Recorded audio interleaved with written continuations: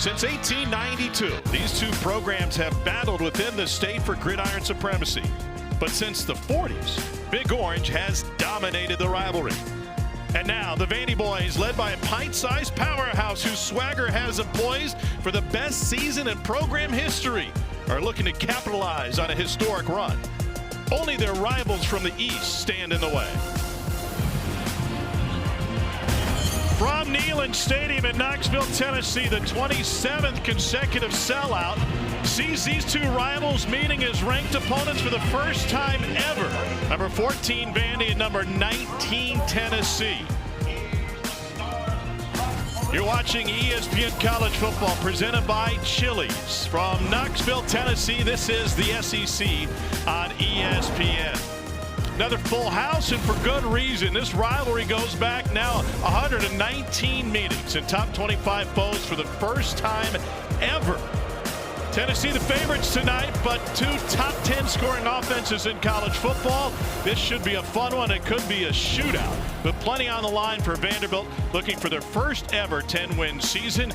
And Diego Pavia aiming for an invite to the Heisman Trophy ceremony. Welcome, everybody. Tom Hart alongside Jordan Rogers, Cole Kublik down on the field. Very rarely has Vanderbilt come into this game with so much on the line. Not only the Heisman Trophy, but also an outside chance at the college football playoff. Can they answer the pressure that comes with today's game? It's unique. Like you said, this is normally a game where the pressure is on Tennessee. Like last year, they needed to win to get in the college football playoff. The pressure is on Vandy. It's not just the biggest game in Vanderbilt football history. It's the biggest game in this rivalry's history. And like you mentioned, Vandy's talked a lot, and they've backed it up so far about making the national championship, making the playoffs. Diego making the Heisman pose. They're going to get a chance to back it up. The problem is Tennessee's playing really good football right now. Tennessee's playing great football. Vandy's offense is on a roll. Diego Pavia will likely be a Heisman finalist. The question is, can he win the whole thing?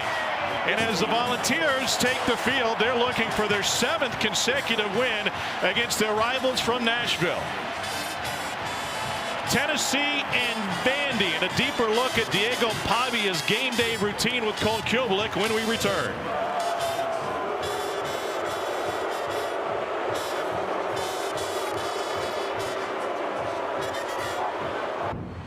You're watching Fairfield by Marriott Rivalry Week.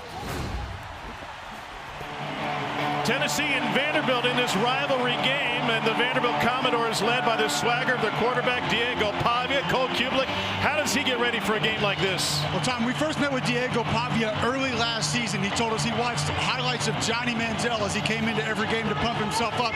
So naturally, I asked him before this game, what'd you watch on the way in to get ready? He said, me. Then I asked him, what do you do for a little extra motivation in a game like this? He said, I don't need anything else. I said, do you need contact early to kind of get it going? He said, oh, I've already had that today. Of course he has, and he's got a lot of highlights to watch. He's been on fire over the last 3 weeks. Brock Taylor has it on a tee. Dwayne Moore is set to return. What a scene in Knoxville.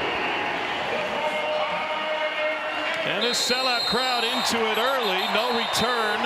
And we expect some chippiness in this one. Joey Aguilar is still new to the Tennessee program and new to this rivalry. The JC transfer leads the SEC in passing yards per game. Yeah, he's made an instant impact on this offense, especially pushing the ball downfield. His accuracy on those deep shots has been exceptional, and he's a veteran making his 36th career start. He'll need that today because Vanderbilt's playing really good football on the defensive side. Can he weather the storm early and protect the football? Interceptions have been an issue for Joey. That'll be paramount today, and Vandy's showing blitz to open this game.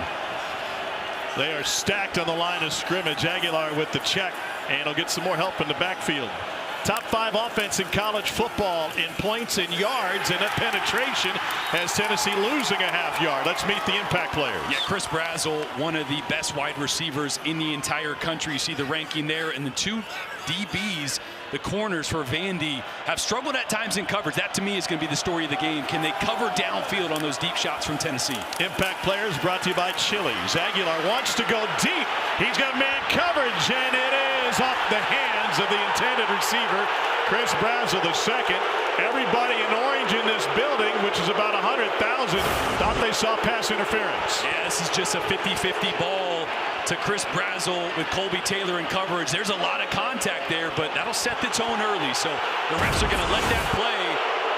And they better hold that standard for the rest of the game, because Brazil was trying to fight his way back to the ball, and Colby definitely got a piece of him. Tennessee's offense high-powered no matter the down. They lead the country in first quarter scoring, but in danger of going 3 and out on their opening possession here this afternoon. Got man coverage again. Aguilar goes underneath. This is Deshaun Bishop, and he gets stuck shy of the 30. Colby Taylor and C.J. Hurd hold him to a gain of 6. Yeah, so this is going to be a look that Vanderbilt wants to see what Tennessee's blitz zero answer is. They're going to stack everybody at the line of scrimmage, as you see there, and they're going to leak this back to the flats, because normally he'd be coming across to block. They're going to bluff. That end would be responsible for him, but he thinks he's blocking. So early on, Vanderbilt wants to test what your answers to the blitz is, and so far, great job by that Vanderbilt defense. This is only the 3rd time in 12 games that Tennessee will have failed to score on its opening drive. Jackson Ross set to punt it away. Martel Height stands at his own 26 for Vandy. And a fair catch taken at about the 27, 42-yard punt. And we, along with the fans here, say good afternoon to Diego Pavia. He has been sizzling in the month of November. It's been a November to remember. He hopes to end his season in New York, if not the college football playoff. Tom, he's been on an absolute heater, and you never leave the table on a heater, and he doesn't plan to. 3 straight games with over 365 yards passing. This Vanderbilt offense has evolved from kind of a modern triple option, run the football, slow the game down, to a team that can drop back, pass the football frequently, and still beat you. The evolution of Pavia has been exceptional, but he's going to have to deal with this crowd here on Rocky Top all game. They'll open with a fullback, Gabe Fisher, and the tailback, Cedric Alexander.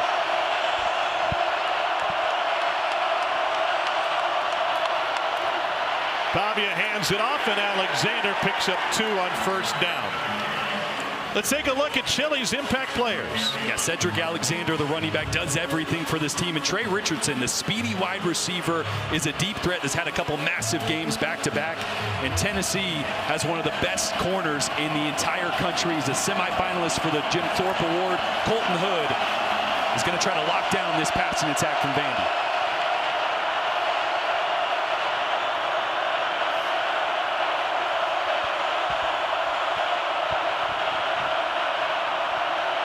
That's Richardson in motion. Pavia out of the shotgun, wants to throw. And a little out route handled by Richie Hoskins. And that'll set up 3rd and short. 3rd and about 3 for Vanderbilt. Well, they've been an interesting 3rd down team over the course of the season. Actually better at 3rd and medium. Empty backfield for Pavia, 5 wide.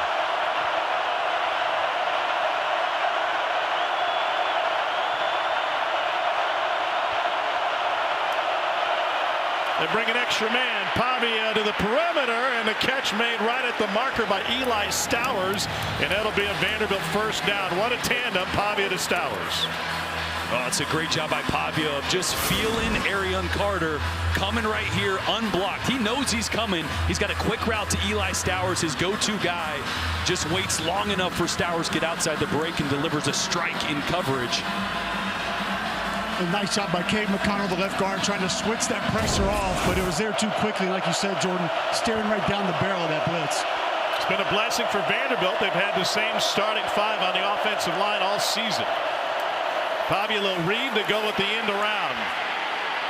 And there's room on the perimeter and out to the 45-yard line.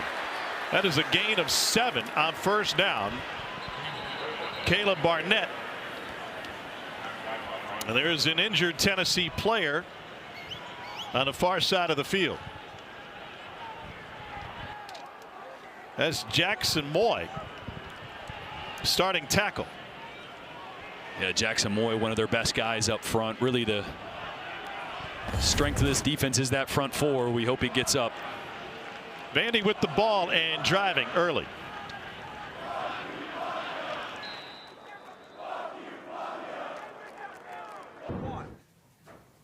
Everything you want is on the other side of the dub today. Let's go. So we have to go out there and we have to take it. And no matter what happens, no matter what comes, we know that we have everything it takes to fight the adversity, to win the moment, and get back in the middle of each snap. You guys Clark Lee told us they spent the week downplaying this rivalry. We have too much on the line to get caught up in the emotions of the long history of this rivalry. And boy, do they ever. Outside chance of a college football playoff. First time ever. Double-digit wins and a straight-ahead run will set up 3rd and short. That just tells you where Vanderbilt's at, right, with their goals and what they think of themselves. I remember in this rivalry when I played in it, Rocky Top was playing in the locker room 24/7. It was all about the emotions, all about this game. Today, it's just another step in Vanderbilt's path to achieve their goals, which are a college football playoff berth, the national championship, a Heisman Trophy for their quarterback. What else? A 3rd and short right here. Kylan Young has entered at the right side. They got A.J. Newberry at tailback. QB sneak. Oh, it's wide open if they wanted to. Instead, they go with an end around again. Junior Sherrill has room, and he's got a first down and nearly had 6.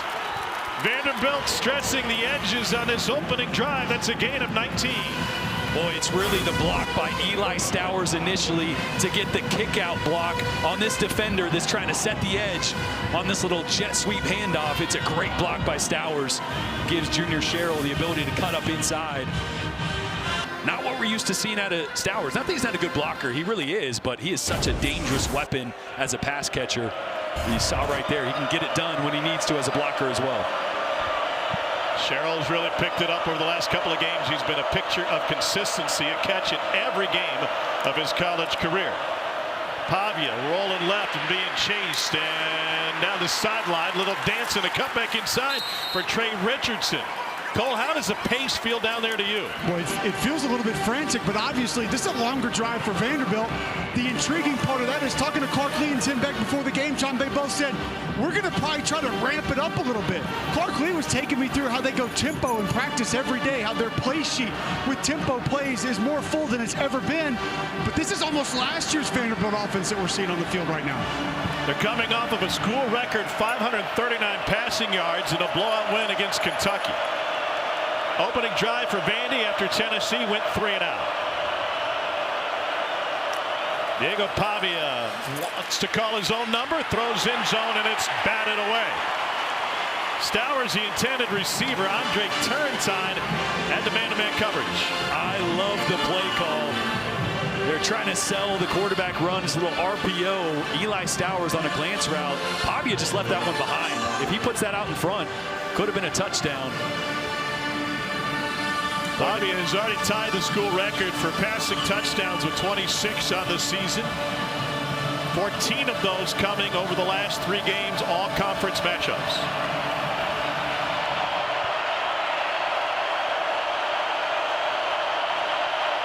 First time Vandy's been off schedule on this drive. 2nd and 10, flag down. Sherrill can't find the edge. Tripped up in the backfield for a loss of yardage. It's a loss of 7. Tyree West, a senior from Tifton, Georgia, with a big stop. Boy, we just saw Tennessee. Illegal motion, number 0 on the offense. No penalties declined. Result of the play, 3rd down.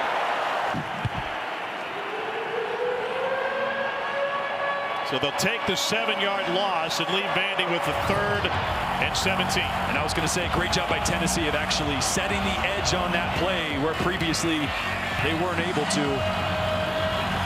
This is where you got to watch Diego Pavia. Don't let him extend the play, create. That's when he's at his best. You want this ball to come out quick. The longer he holds on to it, the more dangerous he is. This will be the 10th play of the opening drive for Vanderbilt. Play clock late already. Pavia fakes the end around, looking to go deep into coverage and intercepted at the goal line. Idris Farouk has it. And now down to the sideline. Ty Redmond takes it out of bounds for Tennessee. There's a flag on the play back in the far sideline. It looks like it occurred after the pick.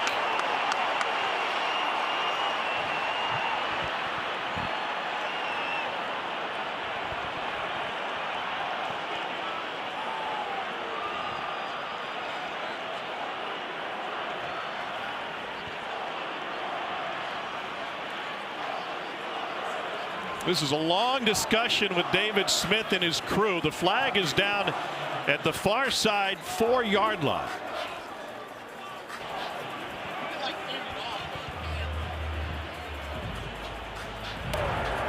After the interception, illegal forward pass on the intercepting team. That penalty is half the distance to the goal. First down, Tennessee.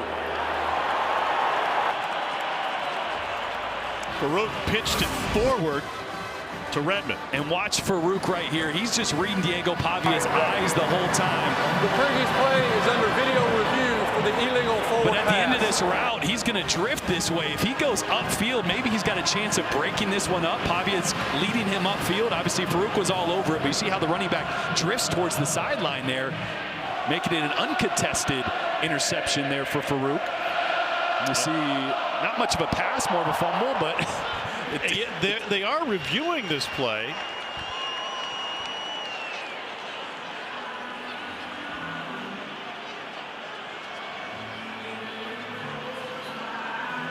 Let's get our rules official, Jerry McGinn, in on this call. Jerry, is this thing adjudicated differently if it was simply a forward fumble versus an intentional toss forward?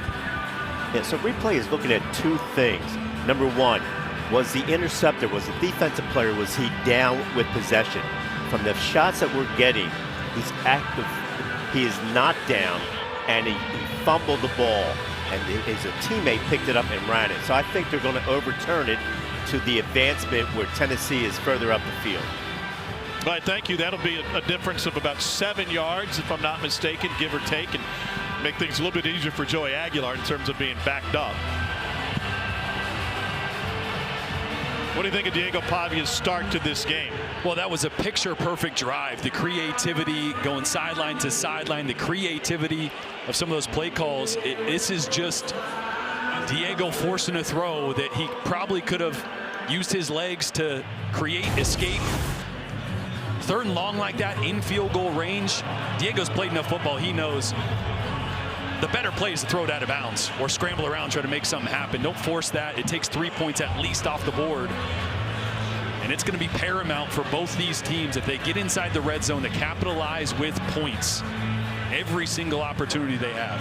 Cole, isn't that kind of the model of Diego Pavilla's game? Like, he's going to force some plays and he's going to make some mistakes. The question is whether he ad-libs his way towards Vanderbilt success. After video or not. review, it was not an illegal forward pass. The ball came loose.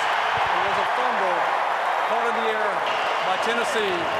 The ball was advanced to the 20-yard line. It'll be first down at the 20-yard line, Tennessee. The time I agree with you. I think it's been a big part of the Diego Pavilla story while he's been at Vanderbilt. Last year, there was a lot of those expletive plays where he would try to take a chance, take a shot, and he would end up going against Vanderbilt or for Vanderbilt. If it was against them, it seemed like they would lose. If they would go for him, it seemed like they would win. I specifically spoke to Tim Beck about that before this game, and he said, man, I can't think of more than 3 or 4 throws that he has forced this entire season. He's been great with that aspect of his game. And they're not an offense that turns the ball over regardless. Last year leading the nation. Difference of 18 yards after the replay in that return versus the illegal forward pass as Deshaun Bishop carries it for Tennessee. Second possession for the Volunteers after going 3 and out. And they're picking up the tempo offensively. Aguilar wanting to go deep post, and he just lobs it downfield and incomplete. We're talking with Josh Heupel about their first quarter success. He said a big part of it, every quarterback is different. They've all come in with different ways they want to attack. Joey wants to go deep early. He's not afraid. Yeah, he wants to let it rip, and you've seen a couple times early they've taken that shot play. I was always run me. I want to get hit. I want to get a run going to get some momentum. Obviously, the deep shot hasn't been there. The pressure on Joey on that one, I think, caused the errant throw. They lead the country with 14 1/3 points per first quarter.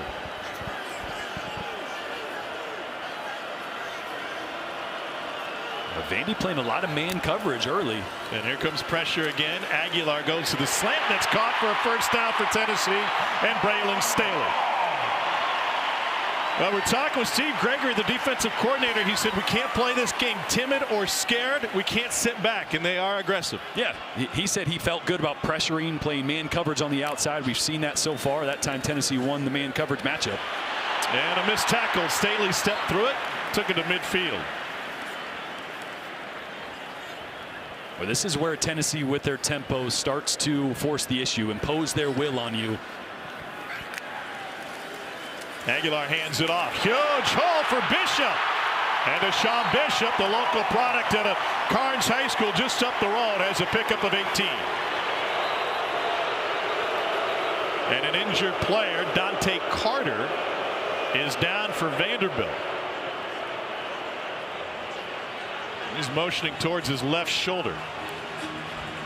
Boy, it's a great block on this run by the center, Sam Pendleton. He's going to work up on Brian Longwell and just wall him out to allow Deshaun Bishop to get to the second level untouched. Watch this block right here. This is a really good job of climbing, getting your hands engaged, extending, turning the linebacker to the inside, and Deshaun Bishop, who's been so good for this offense. Notre Dame transfer. He has started all 12 games at center this season for Josh Heupel's Tennessee Volunteers. Think about the job that Deshaun Bishop has done this year, replacing the SEC Player of the Year, Dylan Sampson.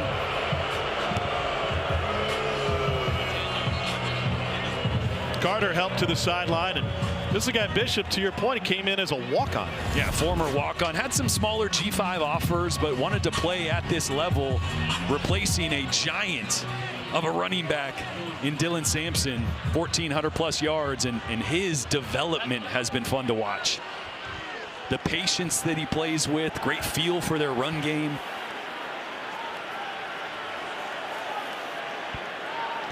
He'll split Staley out to the top of the formation. You see that catch and run got Vandy out of their man covers. They're now in a cover 4 look. Oh, no, looks like they're going to stay in kind of a zone cover 4 look. Hand off to the right side. That is bottled up for a second, and Bishop breaks free down the sideline, and another Tennessee first down. A pickup of 15. And that's what happens. You want to go cover 4 with 4 guys deep and 2 safeties. That means there's only 5 guys in the box. So Tennessee, this is what they do. They play with spacing. They play with numbers. You want to vacate the box and cover deep, we're going to run at you. Simple numbers game, huh? Well, you wish it was always that simple, yeah. But that's the base of it. If they're going to only keep 5 guys in the box, that means the advantage is to the offense. They're going to run the football, force those safeties to come down, and then they'll take their shots. And now swing to the outside. Staley stood up behind the line of scrimmage. Good coverage and a little bit of trash talk downfield. That was a great tackle by Jordan Matthews, the former Tennessee Vol. Probably why he's getting a little extra trash talk in there. Well, that was the one Clark Lee told me before the game, Jordan, they were most concerned about. He said, we have to win 2-on-2s on the outside. Yeah, because if you're going to stop the run, you're going to leave those receivers one-on-one, and if you slip a tackle, it's a touchdown. Aguilar turns back near side for the screen. Here's Staley. Brought down by Randon Fontenette. Well, that play was about a 1.5 seconds away from David Sanders denting a face mask on that screen. Tennessee's right tackle is a true freshman and a physical specimen, 6'8", 305. Nothing Cole loves more than just big offensive linemen out on the perimeter looking to crush a little DB. All right, here's this walk-up blitz look again. Vanderbilt's going to be in man coverage. You see them all 4 across the board here. The option look. Aguilar keeps it. And it gets bumped out of bounds inside the 5, an 8-yard option run. So we saw earlier when they did that, they bluffed with the running back, but they attacked that same defensive end. This time you run option. You block down, you force that defensive end, either take the quarterback or the running back. It's a great cover 0 beater. And the ball came loose. On 1st and goal, it was recovered after Bryce Cowan punched it out of Bishop's hands. So now we've seen 2 different cover 0 beaters that Tennessee's gone to. That time, wow. Nearly a disaster for Tennessee. Great job by Cowan of getting his hand on the ball there. Like a little twist up front. The nose guard slanted across the center. Cowan came right back behind him. A tough one to handle for the interior of the offensive line. 11th play of the drive. Here's Bishop. Spun around. And back to the 2. What do you like here on 3rd and goal? Well, either like getting Braylon Staley in motion from one side to the other, try to get him an opportunity in the flat. Or maybe you feel like you have 2 opportunities here to punch this in and try to set the tone early. Yeah, if you think this thing's going to be decided in the 40s, you're going to go for it. Straight ahead, Bishop reaches over for the score. Touchdown, Tennessee.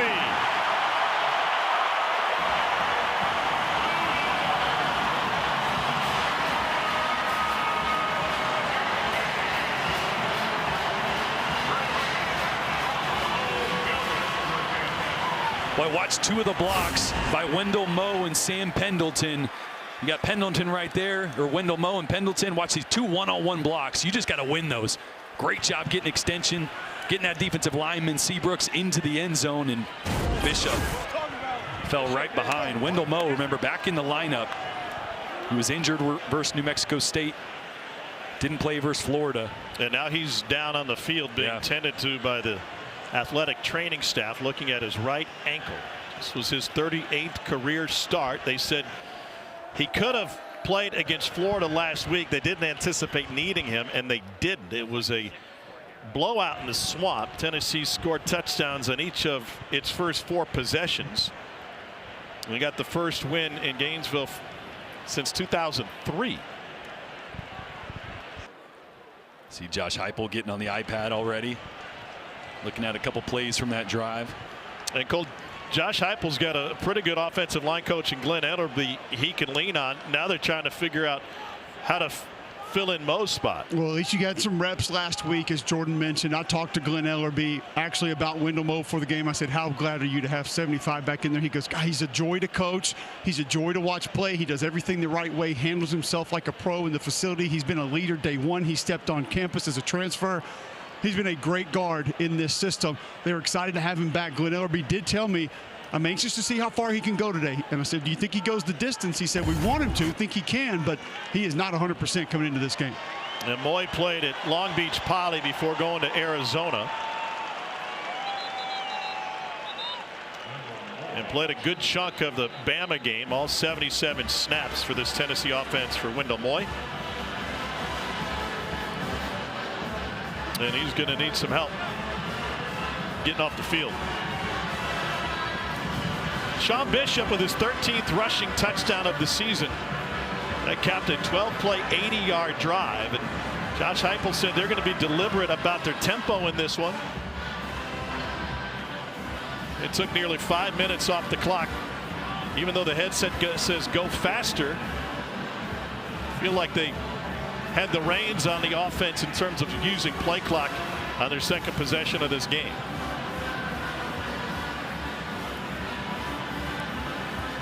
So Max Gilbert waiting to add the point after. On a chilly day here in East Tennessee, where the temperature won't get quite to 50 degrees. Overcast throughout the afternoon.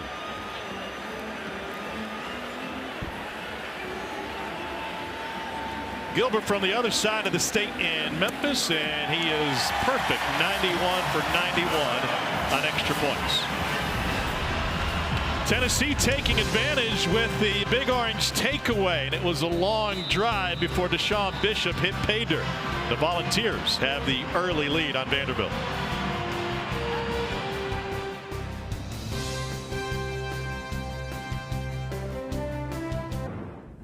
ESPN College Football is presented by Chili's 3 for Me, the best $10.99 you can eat. 119th meeting between Tennessee and Vanderbilt. It was a series that Vanderbilt dominated when it first started back in the 1890s. Vanderbilt went 11-0-1 over the first 12 with 8 shutouts. They were more concerned with rival Swanee. And then General Nealon showed up and took over. Vanderbilt hasn't entered this matchup as a top 25 team since 1958, and they have never met as ranked opponents head-to-head. Josh Turbyville will kick it off. Trey Richardson back for Vanderbilt. And no return. Let's get to the studio. Here's Matt Berry.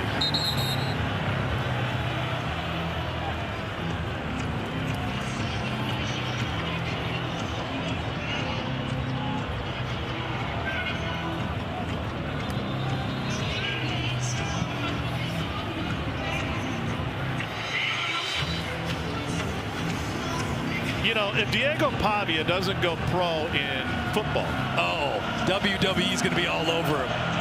He was a state champion wrestler growing up in Albuquerque, Volcano Vista High School. Had to go the JUCO route. Home state school didn't recruit him. University of New Mexico. He ended up at New Mexico State. And he gets up for these rivalry games. Takes it over the left side and doesn't find a yard. Let's take a look at today's playbook, brought to you by Flyhouse. Cedric Alexander, tailback for the Vanderbilt Commodores. I think the most underrated player in the Southeastern Conference. In between the tackles, runner with speed to hit the home runs, but he brings the power as well when a defender gets in his way. The hands out of the backfield to be able to be a receiver out for Diego Pavia down the field. Look at the extension on the catch for the touchdown, and unselfish as well, willing to help in pass protection. Cedric Alexander does it all for this Vanderbilt offense. This is still very much a hard hat program under Clark Lee, despite the rankings, despite the knocking on the door of the college football playoff. Four-man rush. Pavia gets pushed back and somehow escapes. Ad-libs his way to a lob downfield to McKill and Young, and he takes it all the way to the 49-yard line. There's a gain of 24. Diego Pavia spraying the crowd after that one. And that's why he's so dangerous. Look at the penetration here right down the middle of the pocket. I mean, if you would have paused that right there, you said, oh, surely it's a sack or a negative play. But that's what makes Diego Pavia special. The creativity, the off-schedule throws and plays. And that was a concern for Tennessee defensive coordinator Tim Banks when we met with him at the team hotel last night. He said when he starts to ad-lib, you think you have him, he spins away and finds somebody downfield. That's where he's at his most dangerous. It's an injured player for Tennessee. Jalen McMurray is down on the field, tended to by the athletic training staff. Back to Knoxville in a moment.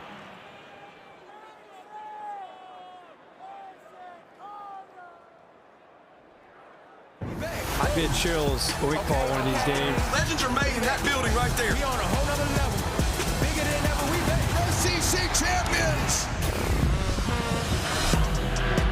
SEC Network will have you covered in Atlanta for the championship game next Saturday. A 4-hour pregame. Jordan and his friends will be there for SEC Nation. Then a Skycast version of the game from just above the field. And after the game, full breakdown with player and coach interviews. Still don't know who's going to be there. Nope. Georgia versus maybe Bama. If they beat Auburn tonight. If they don't, Ole Miss. Nothing like coming down to the wire. 2nd and 10 for Diego Pavia and Vanderbilt. Threw a pick on their first possession, and he throws on the run and threads the needle to Junior Sherrill. Ball came out. It is scooped up by Vanderbilt. Cedric Alexander, to Cole's point earlier, hard hat, hard working, right place, right time. It turns into a 24-yard gain. Boy, Jeremiah Thielander comes with a right hook. Watch this from behind, full swing, knocks that ball out. Great concentration, great effort by Cedric Alexander following the play. That could have been a disaster. Both teams have put the ball on the ground once but recovered it. Pavia's interception is what set up the Tennessee scoring drive last time. On first down, a handoff right into traffic and a loss of a yard for Alexander. Arion Carter back in healthy. Had a good game against Florida with 6 tackles. In on the stop for Tennessee. Well, you can already see the plan from Tim Banks, the defensive coordinator for this Tennessee defense. Stack the box, slow down the run, and force them to win the one-on-one matchups on the outside. Feels really good about Colton Hood and Ty Redmond out there on islands. And so far, they've done a really good job of slowing down Cedric Alexander. Just 3 yards on 3 carries so far today. Safeties creep up for Tennessee. Alexander again. Huge hole on the right side. And he will score. 28-yard touchdown run for Cedric Alexander. Pavia Mafia feeling it in the stands.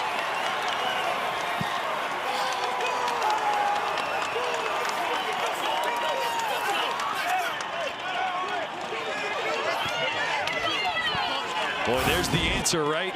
Idris Farouk is going to come down. He's going to almost do a pass rush right there. So he runs by, and then Arion Carter guesses wrong.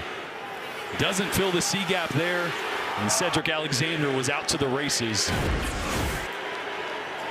Brock Taylor on for the point after. And we are tied with less than a minute left in the opening quarter of this rivalry game. Take a look at this week's college football playoff rankings brought to you by Capital One. And we're looking at the odds for Vanderbilt to sneak in. Really, you'd have to be in the top 10 unless Miami's able to climb. And that was a convincing win for the number 12 team. Yeah, everybody right here is going to stay in. So now you need chaos, chaos, chaos, and some help. Miami beating Pitt didn't help either. Vanderbilt's chances, they would have loved Miami to lose there. They need a lot of chaos. Obviously, if they win, they'll be 10-2 with a ranked win over Tennessee. And remember, a group of 5 team will have one of those top 12 spots for the 12-team college football playoff. Yeah, you really need to get inside that top 10 as a what do you call it? At large. At large, thank you very much. Because the ACC champ will probably be 11. Group of 5 will be 12. Knuckleball kickoff carries into the end zone. So Joey Aguilar back to work. What a wild road for him to end up in East Tennessee. He told us last night, I'm thankful for every second of this. The biggest moment, he said, the welcome to the SEC moment for the Appalachian State transfer who spent his spring at UCLA, was the big performance he had at home against Georgia. That was early in the season, and that was a high-scoring game, but Tennessee came up just short. He's the 4th different starting quarterback in the last 4 seasons for head coach Josh Heupel. And oddly enough, thanks to Diego Pavia, he could have another year in Tennessee orange. Nothing doing on the run. It's a loss of a yard. Diego Pavia sued the NCAA for an extra year due to his junior college playing days. He got that back, and so did a bunch others. Now they're going to do it again and hope they could get a second season. So this guy's impacting college football in the courtrooms in addition to on the field. Here's Staley, slides his way free for a couple more yards, and now 3rd and 3 coming up. Let's see if Andy goes back to this walk-up blitz look. They've liked this on 2nd, 3rd downs. Is that risky going with that on 3rd and 3? It can be, right? Because you have nobody at the second level if you stay in it. So even a run could have some success. They're going to pass it here. Blitz comes. Aguilar avoids it and dumps it off to his tight end. Ethan Davis rumbles for a first down. It's a gain of 19, and there is a flag down. Late flag on the play. Davis has really come into his own. They're without Miles Kitzelman, who's out with injury, and this one will be backed up. Joey Halsley talking about the confidence Davis is playing with. He's like a shooter that sees a few go in. Face mask on the offense. 15-yard penalty from the end of the run. Result of the play is a first down. But it's all for naught. First down, ball. Yeah, Ethan Davis obviously filling in for Miles Kitzelman. Was a leading receiver last week against Florida.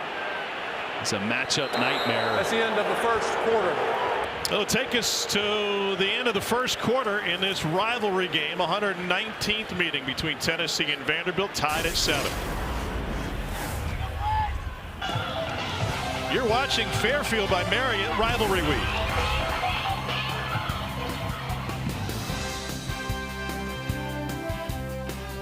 Watching ESPN College Football presented by Chili's. Vandy and Tennessee tied at 7 moments ago. Cole Kublik with Clark Lee. Coach Lee, fairly aggressive first quarter from your defense. Is that where you feel like you need to live for the rest of this game? Well, I mean, it's always dangerous against this offense. I think we've held up all right in coverage, a little bit leaky in the inside in the run game. So we're going to do what works. You know, pressure's a part of it, but we got to be able to play coverage too. Thanks, Coach. Thanks so much. Thank you, Cole. And Deshaun Bishop, who owns the Tennessee touchdown, brought down by Randon Fontenette.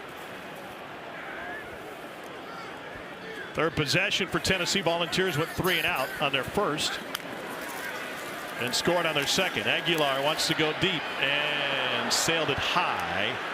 Chris Brazel the second. What makes Joey Aguilar a good deep ball thrower? Well, he puts a ton of air on the football. I think for Tennessee fans, if you remember, Nico and Joe Milton, those guys had howitzers on the right side of their body, but the ball came out so flat, didn't give the receivers a ton of time to adjust. He does a great job of putting enough air on it. It doesn't have to be perfect. It allows his guys to make a play, and obviously you see the explosive plays. That's a product of Joey's accuracy. It's also a product of Tennessee doing an extensive study in the offseason, changing schematically some of the structure of their offense to create some more of those explosives. Blitz coming up the middle. Aguilar can't escape. Vandy's got its first sack of the game. It belongs to Brian Longwell. That's Longwell's first sack of the season. It's a loss of 9.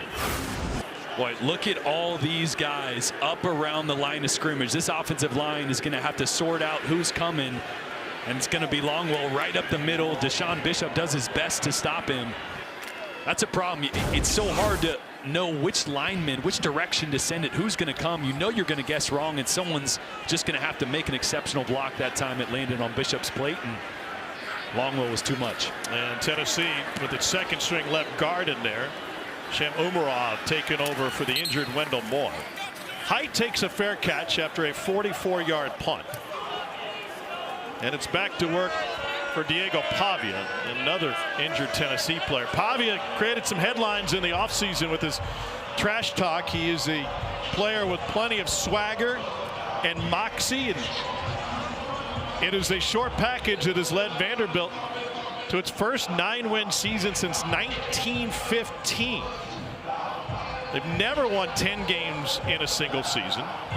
And Clark Lee, a Vanderbilt graduate himself, just completely retooled what they did from a recruiting standpoint. He said, I was tired of leading young men to be great civic leaders and husbands and fathers and watching them transfer somewhere else and come back and beat us. We put the focus every single second and every dollar on winning, and that has paid off truly over the last 2 years, highlighted by a win over #1 Alabama last year. Pavia has time, and he comes near side of junior Sherrill, and he's off to the races. Sherrill left the first man in the dust. He just turned right by Colton Hood and turned it into a 32-yard gain.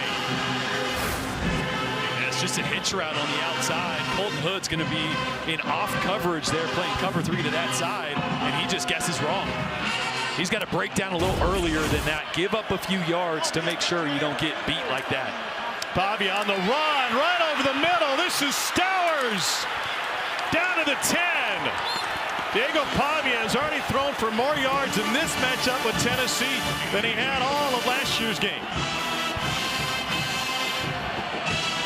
First and goal from the 9. No huddle.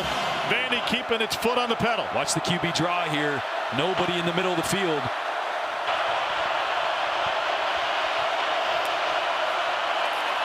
Pavia has it batted down. There is movement pre-snap, and that will back up Vanderbilt.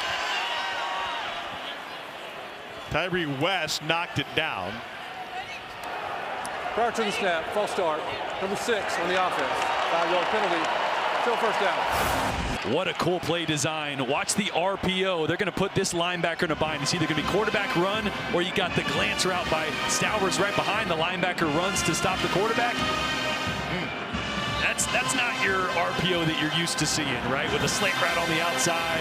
That is a very unique. They tried to run that play earlier to the other side. This time, hit it big. Now, Diego Pavia's been running this offense for the better part of 4 years. Tim Beck was his coordinator at New Mexico State. He came over with him along with Jerry Kill. Now first and goal from the 14. 4-man rush. Pavia escapes the pocket, little pump fake in some room, and he lowers his shoulder to barrel his way down to the 3. It's a 10-yard scramble. Boy, you have to be really careful rushing Diego Pavia. You cannot be selfish and run past the quarterback. Watch the depth. Once you get to the level of the quarterback, you have to stop and compress the pocket. If you run past Diego Pavia, you give him a lane, he's going to hurt you every time. Well, they spot it at the 4, 2nd and goal for Vanderbilt. Kylan Young is the tailback out of the pistol.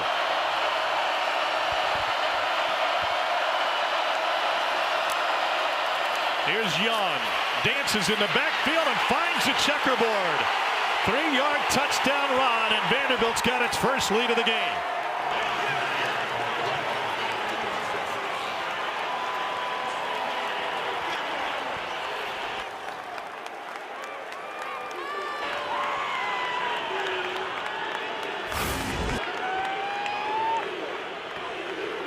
I watch Pavia spin around here and try to get in the action there. That's just a great drive.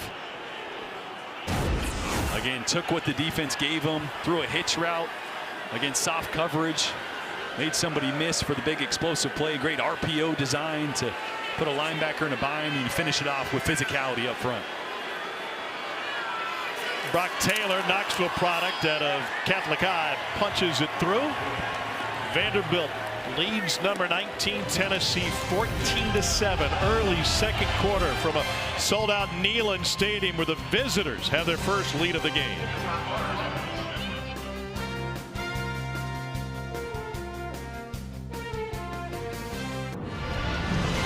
From Neyland Stadium, Knoxville, Tennessee, you're watching the SEC on ESPN. There's the Taco Bell Live Más student section. Only one student section can claim the title of Live Más Student Section of the Year.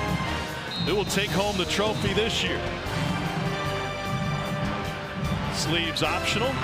A little chilly for that, unless you're warming yourself in other ways. Yeah, which I'm sure he is. The cat in a hat probably helping him out there. No return on this kick. Tennessee trailing for the first time, and what a journey it's been for their transfer quarterback Joey Aguilar. Here's how he's climbed the ladder through his college football career. City College of San Francisco, the Diablo Valley College. He was out of the game for 2 years. Ended up rewriting the record book at Appalachian State. Quick stopover at UCLA. And then he got traded for Nico Iamaleava, basically, and now he's the starter here.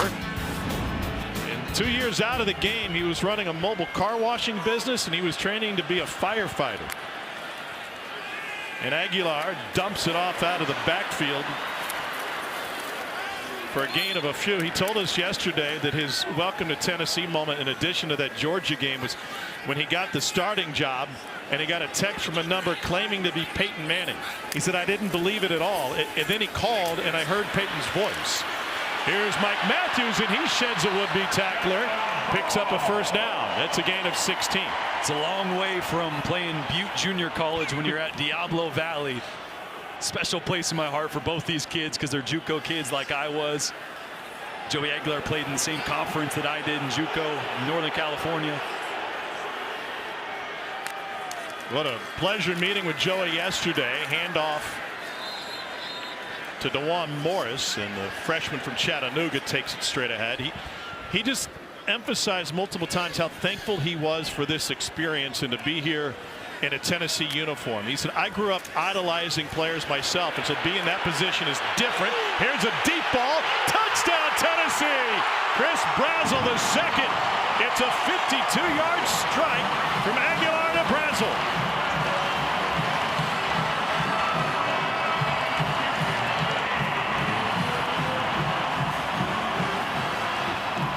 The third attempt is at a deep shot, finally pays off for the Antioch, California native.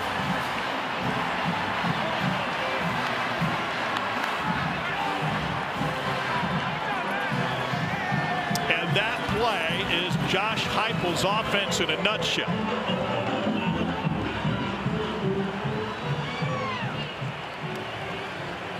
Ninth touchdown catch of the year for Brazel. Max Gilbert with another point after, and we are tied at 14. You got man coverage, and look at Colby Taylor not even looking, trying to get direction from the sideline. The ball is snapped. Ooh. You cannot give Chris Brazel a head start. He will make you pay. And we got a ball game here on Rocky Top.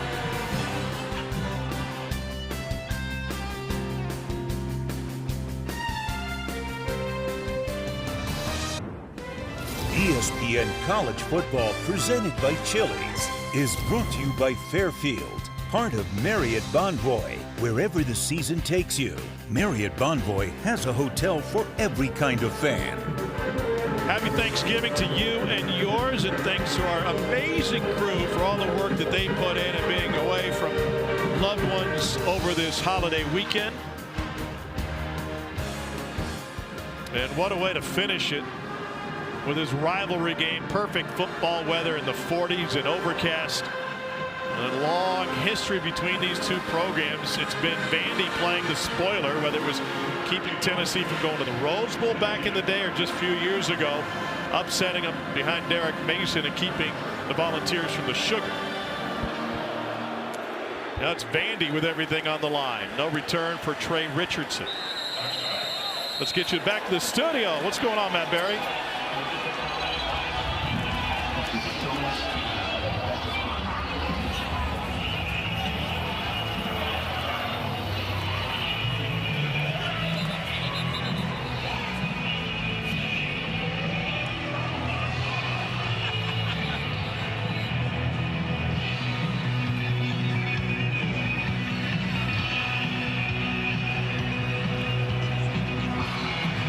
Well, they're going to say we never should have let these Ivy League guys into the playoffs. First year that they're able to play for a national title at the FCS level.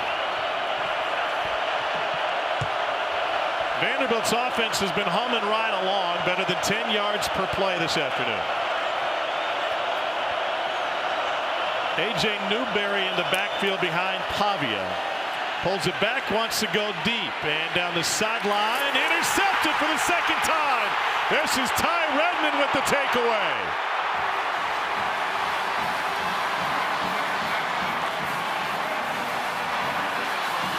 Well, this is Trey Richardson, Vandy's speedster. He's going to get an outside release. As soon as he starts to run by Ty Redmond, he's got to stack him. See, once he gets, he's got to get back on top of him to give Pavia room to throw the ball on the outside. There's just no room to fit that ball in. Back towards the middle of the field. Yeah, when Trey runs by Redmond, you got to stack him, get back on top to create room on the outside for that football. In other words, Redmond's just there in phase, in perfect position, and essentially played receiver on that one. That's tough for a quarterback because you're not able to see if he's stacking. You got to throw the ball where the ball needs to go, and it wasn't a bad play. It's just he's got to have his receiver help him out a little bit more right there, but even better coverage from Ty Redmond. They've been so good at protecting the football, and that's the first 2-interception game for Pavia since last year against Texas. Quick hitter on the slant to Mike Matthews. An extra pushing and shoving and maybe some acting.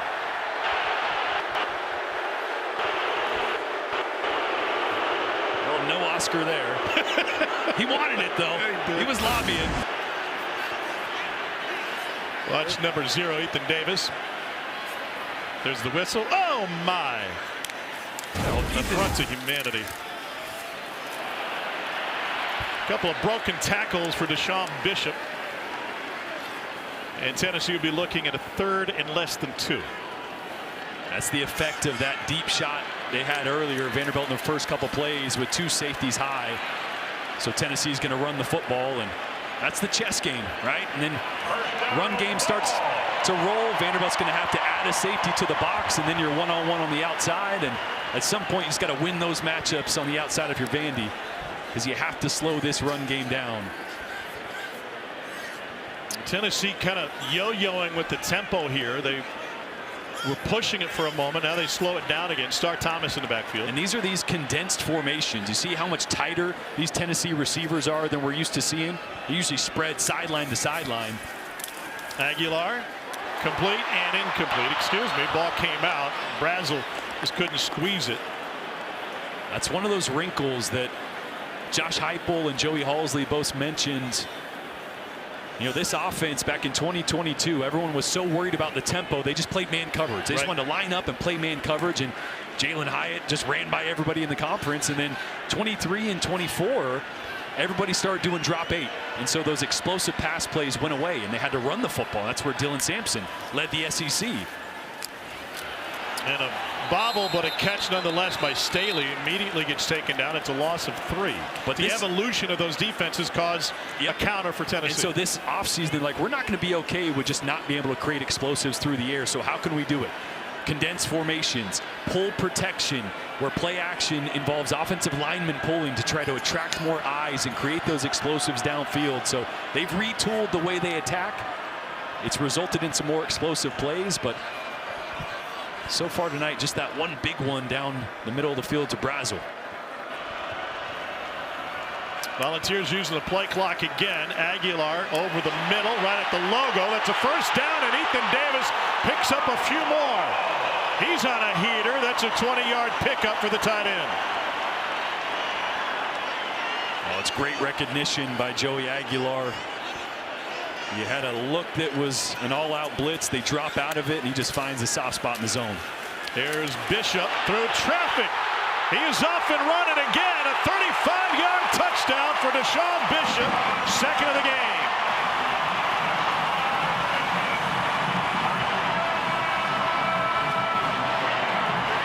Bishop's running against Vanderbilt like he's back at Carnes High School playing Powell.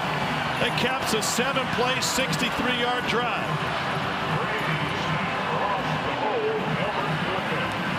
Two blocks I want you to pay attention to. David Sanders coming around, and then watch Mike Matthews come dig this safety out with some aggression.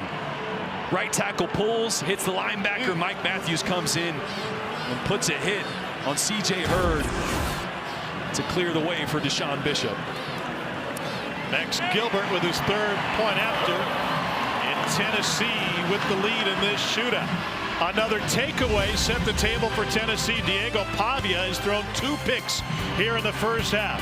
Joey Aguilar, the Tennessee offense, and Deshaun Bishop take advantage. 21-14 Tennessee.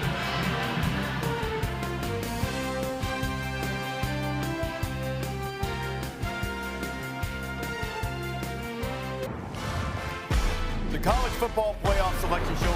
The bracket will be filled. Judgment Day is here.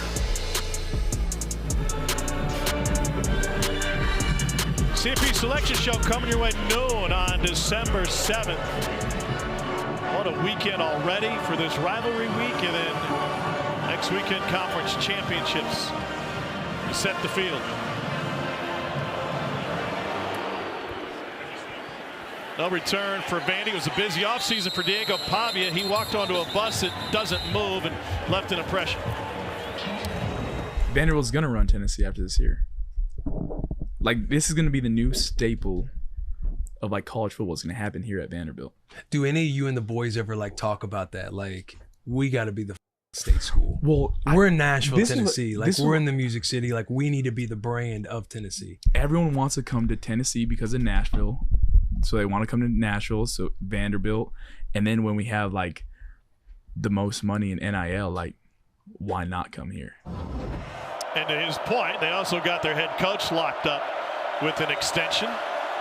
But those comments certainly made their way around the Tennessee football program, as if this rivalry needed a little bit more juice. Pavia checks back to the left, and that's batted down. Caleb Herring got his hands on it. What sort of pressure does it put on you when you talk trash in the offseason against your rival? Well, you just got to back it up, right? I mean, on one hand, I think Pavia has been the most impactful transfer portal era player since Joe Burrow, right? I mean, just the impact he's had on this team and where he's been able to take them. So you need some of that confidence to rally the guys around you to believe that you can get it done. But you also got to back it up, right? You start striking the Heisman pose. You know, you got to turn things around here against your rivals with the college football playoffs still on the line if you do win. Now 2nd and 10, they go with the Pavia keeper on the fake, on the sweep. Dominic Bailey with the stop. 3rd and medium. These 3rd and mediums are where Eli Stowers has been the go-to guy. They're talented tight end. They like to put him in the slot. They like to try to create a matchup. This time he's going to be on the end of the line of scrimmage. I bet you he goes in motion across the formation. Or the other way. Yep. He had a 50-50 shot.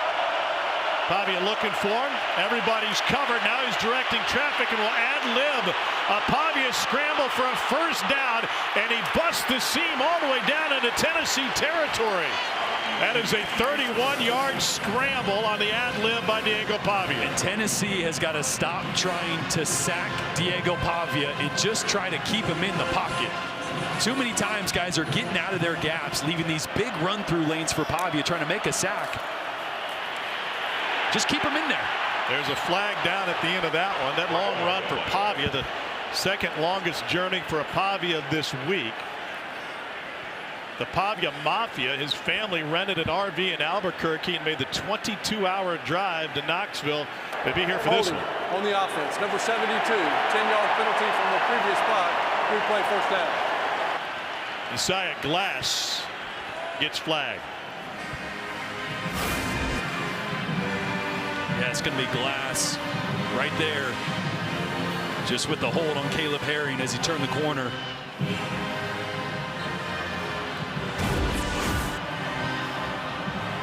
You think that was a lively RV drive from Albuquerque with the entire Pavia crew in there? You got 22 hours to kill and your last name's Pavia, you're going to have some fun. Like Wade Boggs on a cross-country flight. 1st and 20.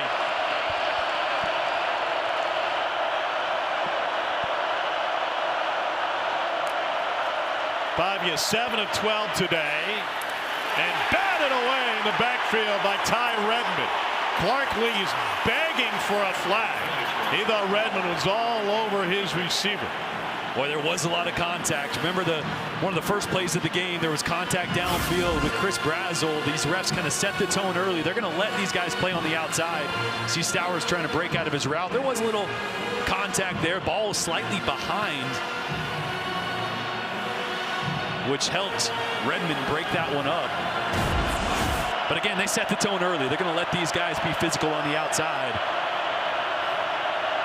Calling it both ways, or allowing it both ways. Now 2nd and 20, 4-man rush. Pavia will again leave the pocket. There's a flag down in the backfield, and he gets shoved out of bounds on the apron. It'll be Glass holding for the second time.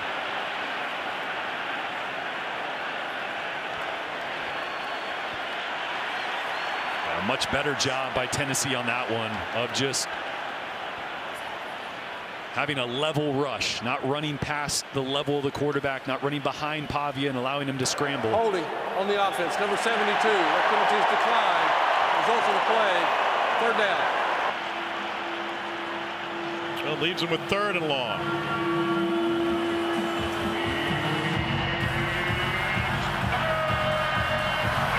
Remember, Pavia converted a 3rd and long with a quarterback scramble earlier this possession. Yeah, they're 3rd in the country on 3rd and long.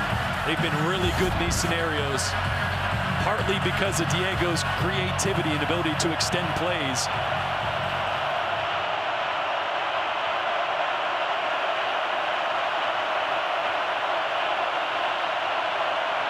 They're down 18.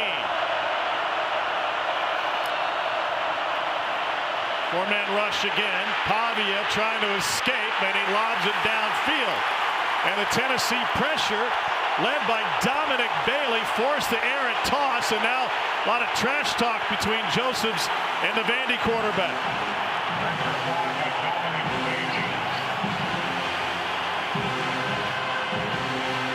Boy, watch Joshua Josephs try to win on an inside move right here. And it's a twist on the outside. Dominic Bailey does a good job of getting contained and not allowing Diego Pavia to escape and turn the corner, forcing the throwaway. When you saw Bryce Henderson get those shoulders turned towards the sideline, his hips opened up towards the sideline. You do that on a defender that's giving you an inside move, you have almost no chance to recover. I tell you what, I wouldn't be talking trash to Diego Pavia. I feel like he thrives on that. Yeah. Like he loves that. I think he's going to play with more aggressive. I was talking with David Smith, the referee, before the game. He said you don't usually hear trash talk in the backfield. It's usually the wide receivers and DBs. And Tennessee wanted to send a message, and boy did that. 35-yard punt. And Joey Aguilar has seen a ton of pressure from Vandy, and he has succeeded. Yeah, he's been great getting the ball out. That was something that Steve Gregory, the defensive coordinator for Vanderbilt, mentioned. We want to try to get him uncomfortable, force him into some of those turnovers. Remember, he's thrown 10 interceptions this year. As you see Josh Heupel talking to Aguilar, giving him some tips right before he runs out on the field. He has been known to force the football under pressure. Problem is, he's been good against the blitz, and if you don't cause duress, you don't force him off his spot, he's going to hurt you. So they got to find a way to move him off his spot, make him uncomfortable. And again, you see Vandy walking up with this 7-up look. Man coverage on the outside. And here's the zero blitz check from Tennessee.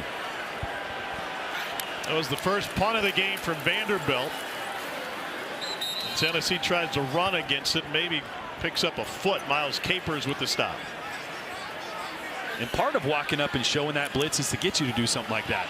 So they drop out of it and get you to run the football. And a quick snap for Tennessee. Bishop with the carry. 3rd and 5. Aguilar's perfect on 3rd down today, 4 for 4.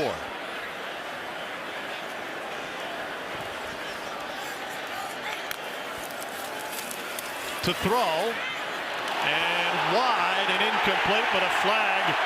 Staley was matched up with the linebacker, or pardon me, safety Fontenette. And the Vandy captain just cost his team. Pass interference on the defense, number 2. The ball will be placed at the spot of the foul, automatic first down. Yeah, Randon Fontenette's just going to grab the right shoulder you see there of Staley as he's trying to get out of his break. Fontenette had one of the biggest plays of the season last year for Vandy with a pick 6 in their home win against #1 Alabama. Junior from Freeport, Texas. Aguilar has plenty of space and floats one to the sideline, incomplete. Brazel guarded by Colby Taylor.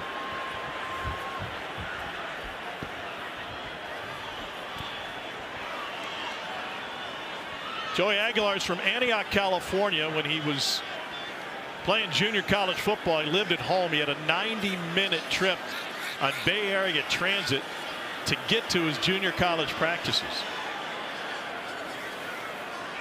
Went through the COVID season where it was canceled, another year where he didn't play, and he said, I thought I was done with football. Tennessee's happy he's not. Here's Bishop on the dump off and a flag thrown.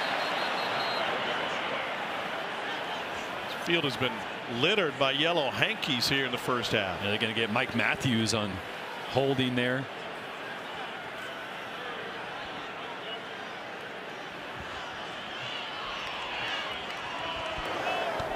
Pass interference on the offense, number 4. Penalty is half the distance to the goal. Replay, 2nd down. And Matthews had that great block on the safety to spring Deshaun Bishop. This time getting physical on the outside with Jordan Matthews, and he's just got to let him go. Held on a little bit too long there. Let's see what they have in the book for 2nd and 23.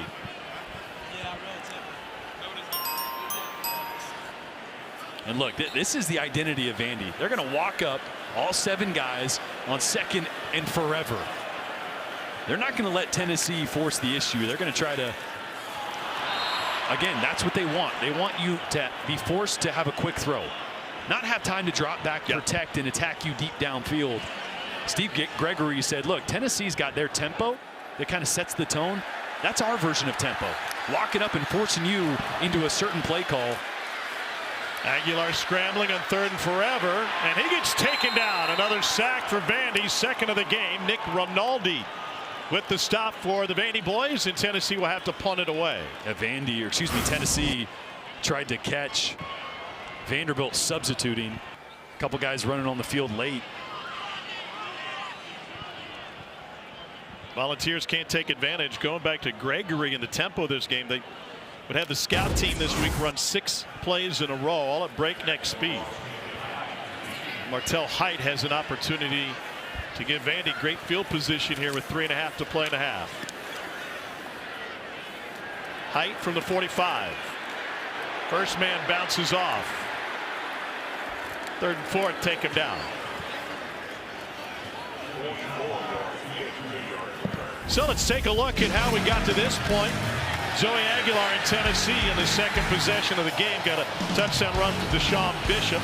Cedric Alexander answered for Vanderbilt on a long run. Then they would do it again for the first lead of the game. Early second quarter, Aguilar with a deep ball to take advantage of Colby Taylor, who was asleep at the switch. And then Bishop added a 35-yard touchdown jaunt. And here we are, unseen in that highlight package. 2 Diego Pavia interceptions, which have led to 14 points for the Volunteers. And that's been the difference. Neither of these offenses have really been consistently stopped. Obviously, Vandy came up with a stop there, but 248 yards of total offense for both. It's been the interceptions from Pavia that have been the difference. And it's a big drive here, because remember, Tennessee started the game with the ball, so Vandy's got an opportunity to double up here, get some points on the board, and get the ball after half. We expected this, and the odds makers expected it to be a high-scoring game. And certainly on pace for that. Pavia just got it off in time. Swings it to the perimeter to Trey Richardson. And he is forced out at midfield by Jeremiah Thielander after a gain of 3. That was such a good job by Thielander. I love watching this kid. I remember we talked to him earlier in the season. I was like, you know what? I feel like you have zero regard for your body. That's right. When you play the position, which is perfect for a linebacker. He will throw his body at any player, no matter the size. There's no risk is too big for him.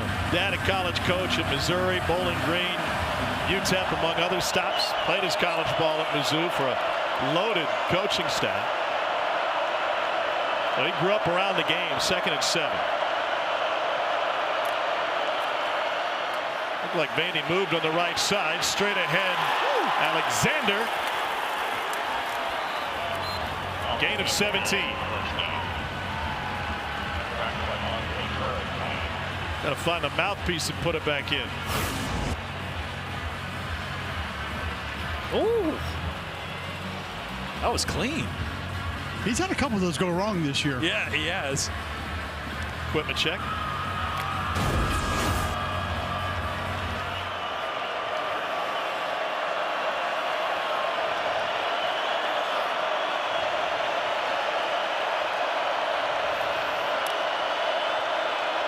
Pavia looking for movement and a towel from the Tennessee defense.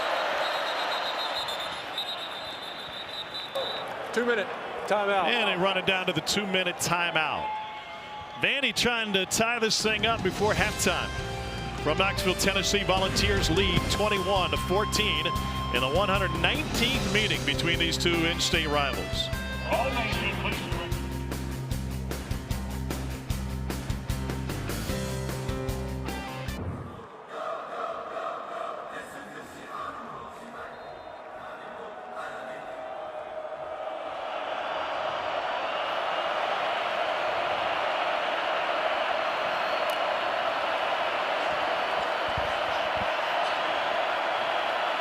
All right, Matt, thank you. They reset the clock to 2 minutes for the timeout. Pavia with the handoff and a quick hitter on the left side for Cedric Alexander, and a touchdown run on a gain of, a first down run on a gain of 11.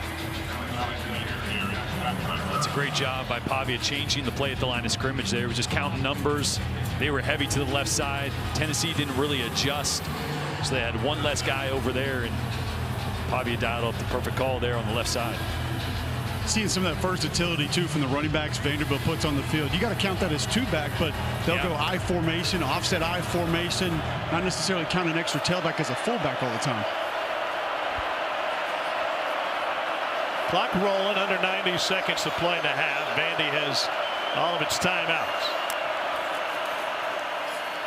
And Pavia's kept it. Pavia off to the races, and he gets folded over at the 10 by Arian Carter. It'll be good enough for a first down. 1st and 10 from the 11. Clock will stop for a moment to reset the sticks. Cole, you mentioned some of those bigger bodies, those bigger running backs that Vandy will use. The result of that is Dominic Bailey was at defensive end there. He's 290 pounds. So that's an easy read for Diego Pavia. That guy's not fast enough to adjust with me. And Tim Beck told me before the game they would dictate some play calling depending on how heavy Tim Banks was playing their defensive line. Now to the pistol with Alexander behind him.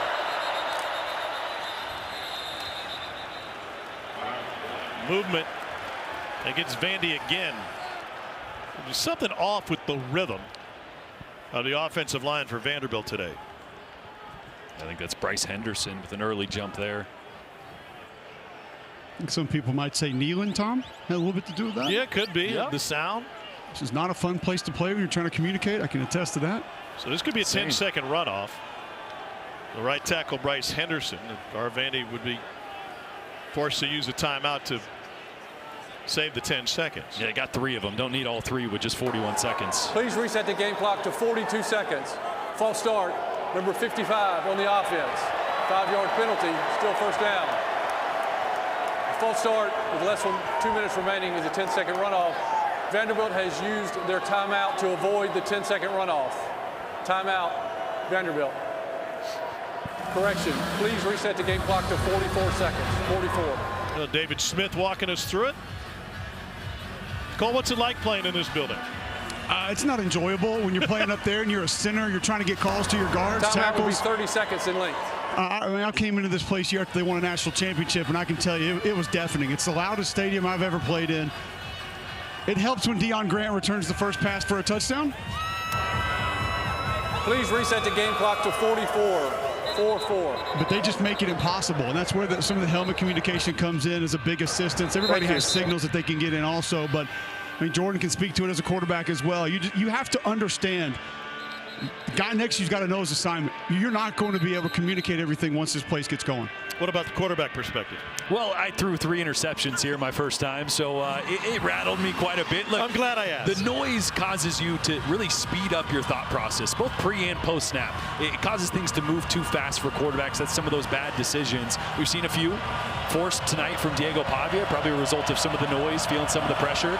It's definitely one of the more hostile places and more difficult places to play here on Rocky Top. Through 3, huh? One of them, Jordan Matthews, threw up his hand like he was wide open. He was triple covered, so I'm going to blame J-Matt on that one. 1st and 15, Pavia fakes the end around. He wants to throw off all the razzle-dazzle, and Caleb Barnett with a beautiful spin move to cut back inside.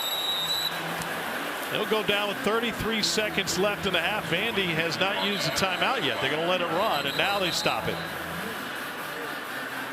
Timeout, Vanderbilt. They're second. This will be a 30-second timeout. So 2nd and 9 coming out of this timeout. Down a distance less important than the time. Well, tomorrow on Sunday, NFL Countdown will break down the latest AFC and NFC playoff stakes headed into Sunday's games. Plus, Sam Darnold goes one-on-one with Jeremy Schaap, headed into a revenge game with the Vikings. And we got all the top plays from your backyard turkey bowls over the last few days. Sunday NFL Countdown, 10 a.m. on ESPN. Clark Lee played his college football at Vanderbilt. He signed an extension to stay there. His name was on the short list. A lot of these openings. You heard Matt Berry talk about Lane Kiffin's situation, whether he goes to LSU or stays at Ole Miss. And the music's starting to going to stop soon for some of these athletic directors with the extensions signed for the guys who are on the short list. 6 playless drive for Vandy.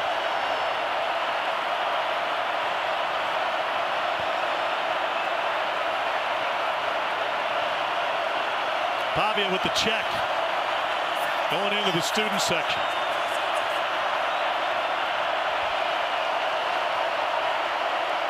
Play clock at 2. QB run. Pavia bottled up. Tripped up. And it goes down behind the line of scrimmage. Arian Carter just kept shoving everybody back. Timeout. Vanderbilt. It's third and final timeout of the first half. This will be a 30-second timeout. Boy, watch Arian Carter take on a tight end and then an offensive lineman and just get the knee of Pavia, because there was a seam there to the outside. Ty Redmond was on the inside of that Eli Stowers block. Pavia could have turned the corner there, but Arian Carter, who's been banged up for a lot of the year, feels probably the best he has. Made a massive play there to bring Pavia down to force a 3rd and long. Carter missed 3 games during the course of the season, including a pivotal loss to Oklahoma. He's 2nd in the league in tackles, nearly 8 per game. Already in on 4 tackles, 2 of them behind the line. And this would be a big stop for Tennessee. This is an area of the field they have struggled in. They have not been good in the red zone, allowing touchdowns on 77% of their drives, which is 132nd in the country.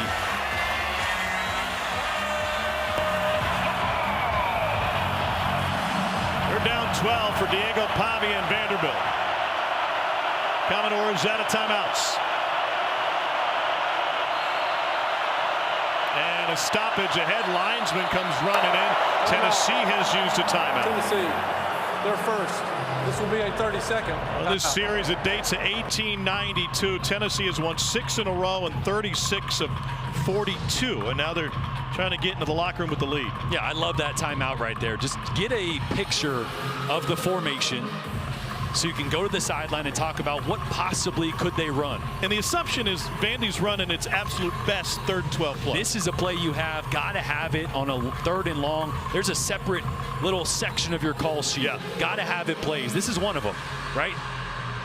So late in the second half, you're trying to tie the game, so you have this play that you've repped in 3rd and long. This is our money play. So either you've got a great look at it, or you force them to go to the 2nd best play. Exactly.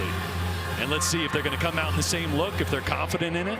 Again, it's not like Tennessee knows exactly what they're going to do, but they can talk about how to leverage certain formations. Here we go.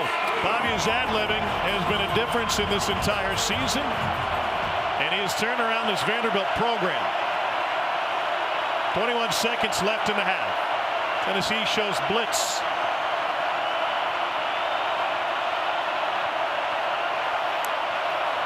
Pavia will boot. Pressured and gets it away, incomplete.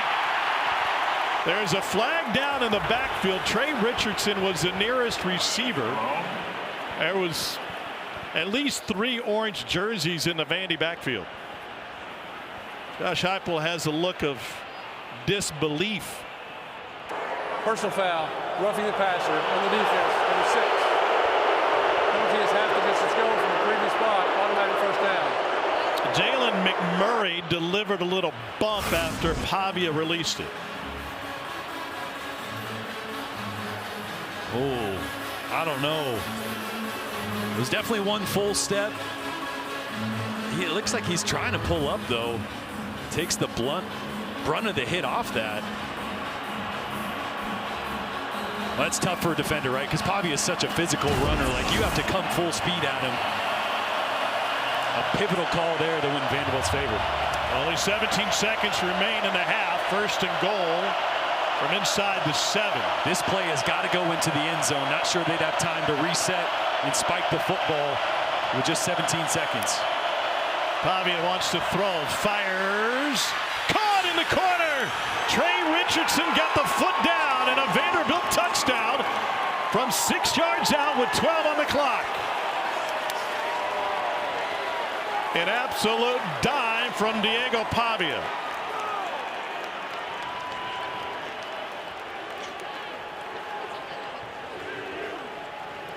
Great throw by Pavia there. Obviously gifted the second life on the penalty. Trey Richardson here catches that clean. Just a slot pylon route on true freshman Ty Redmond. Too much speed there. This back and forth to Fair, and it sneaks in the upright. Just good. We're tied at 21-7. 27 touchdown pass of the season for Diego Pavia. Now a school record. He was tied with Kyle Shermer, who set it in 2017.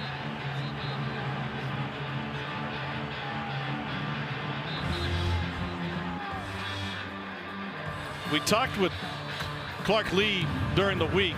And this Vandy team to the most points in the first half on the road in conference play since 2018.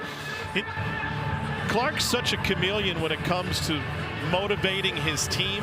There are times where he gets them really fired up, other times, including the win against #1 Alabama, where he went into the halftime and basically said nothing. Good half. Go out there and win it. I'm curious what his message will be to his team after an uneven first half here today. I mean, probably much of the same, right? He made this week about Vanderbilt, not about Tennessee, not about the emotions of the rivalry, but just about the fact that, hey, this is about us, our goals, who we are as a team. And I think his message is probably going to be, hey, we turned the football over twice. 2 interceptions in that first half, and it's a tie ball game. We got a chance to start with some points and take the lead.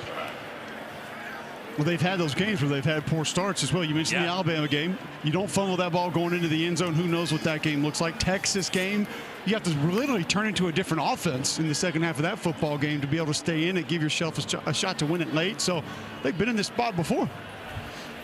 Well, they've never won in Neyland Stadium against a top 25 Tennessee team. Aguilar will take a knee, and that will send the teams into the locker room. Expected a high-scoring affair. It was a sluggish first quarter, but a pair of Diego Pavilla's interceptions gave Tennessee multiple opportunities. Vanderbilt will receive the second half kickoff. Josh Heupel's team puts 21 on the board after going 3 and out on its first possession. And the Volunteers 156 yards through the air from Aguilar. Head coach Josh Heupel for Tennessee is with Cole Kublik. Coach Heupel, how do you come up with a plan to do a little bit better job against Diego Pavia in the second half? Yeah, we got to control him. Finally got a couple of holding calls here, on the drive before the last one. Got to finish, and the last sequence there, we got to play smarter. End of the day, tie ball game, 30 more minutes. Let's go. Thanks, Coach. Hey. He's never lost to Vanderbilt as Tennessee's head coach. 21 all here in Knoxville. Back to the studio, Matt Berry. Well, in a battle between the quarterbacks, 2 huge Diego Pavia interceptions paved the way for Joey Aguilar in Tennessee to find 14 points. We're tied at 21 at the half. Welcome back, Tom Harden. Jordan Rogers, Cole Kublik down on the field. Those 2 big mistakes by Pavia for a guy who talked a bunch of trash in the offseason seem to be the difference in this game. No doubt, but he also responded at the end of the half there with a touchdown pass. But I think it's been Cedric Alexander for Vanderbilt. The run game has gotten going, which has opened up some of the passing attack on the outside for Pavia. Well, for Tennessee, it's a chance to play spoiler against a Vandy team looking at an outside shot at the college football playoff, and it's a lot of pressure on the program. Cole, what did Clark Lee have to say at the half? He mentioned those turnovers that you guys just referenced. He said he thinks 14 points off turnovers the difference in the game. He did say along the front 7 defensively, feels like they're still punching up at this Tennessee offense just a little bit. He said that's why I'll still continue to mix in some pressures, mix in some movement to try to continue to cause disruption. Pavia 10 for 17 for 160 yards. They started this game, Jordan, by going sideline to sideline. Some sweeps were mixed in, shots of the perimeter. They started to get a little man coverage, and they were able to attack that on the outside. Tennessee coming out in a 2 safety zone bracket look here. Diego Pavia threw for 160, 1 touchdown and 2 picks in the first half. And he throws on the run to the perimeter, and Trey Richardson has a beautiful cutback and spins his way to a 9-yard gain. Here's an update on our Chili's impact players, including Cedric Alexander. Yeah, Alexander really got going. A couple explosive runs started to hit with the threat of Pavia being a runner, and then Trey Richardson, obviously the one-on-one touchdown reception to tie this ball game at the end of the first half. Watch out for number 6, though. At some point, they're going to let him try to run by this Tennessee secondary again. Remember the interception earlier when he had a step slightly off target from Pavia. They will try that again. And talking to the Vandy coaching staff, they summed up Trey Richardson's skills by saying simply, if you're fast, you're fast. And he has elite speed. Pavia, QB run to pick up the first down for Vanderbilt. A little bit extra in the echo of the whistle, as expected in a rivalry game like this. What makes Diego Pavia such an effective quarterback? Well, I think he is willing to hold on to the football. And sometimes that goes his way, sometimes it doesn't, but it really affects the defense in the RPO game. It forces those linebackers to make a decision. Is he going to run? Is he going to hold it?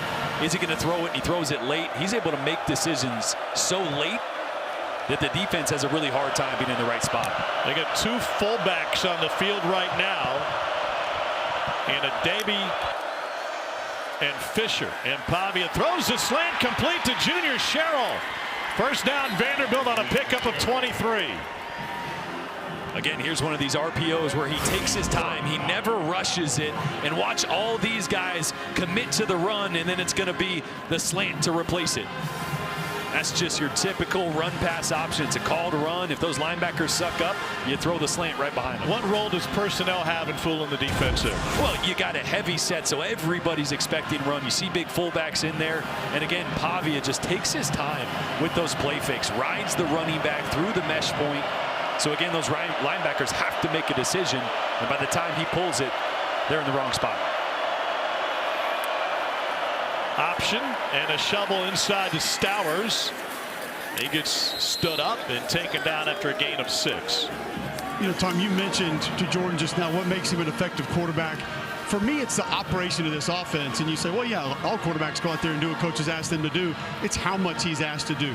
Flatline options. Jordan just mentioned RPOs a moment ago. Sprint outs, rollouts, and then you throw in the power run game that he's asked in this offense under Tim Beck as well. There are not too many quarterbacks in college football that are asked to do as much as Diego Pavia does. Tim Beck, far right of the screen, came over from New Mexico State with Pavia. He's been with them for 4 seasons now, and they have added each and every year. QB draw. Pavia seemingly was bottled up, and somehow he found daylight inside the 30 for a Vanderbilt first down. He's just slippery in the run game. He's so compact, so he can be a physical runner, but it's his vision and his patience as well that are impressive. That one initially pretty well defended by Tennessee. Good penetration. They took on the lead blocker and then just buys time and finds a seam. Opening drive, second half for Vanderbilt. First 9-win season since 1915. They've never won 10 games in a single year. Cedric Alexander pushes forward for a gain of 3+.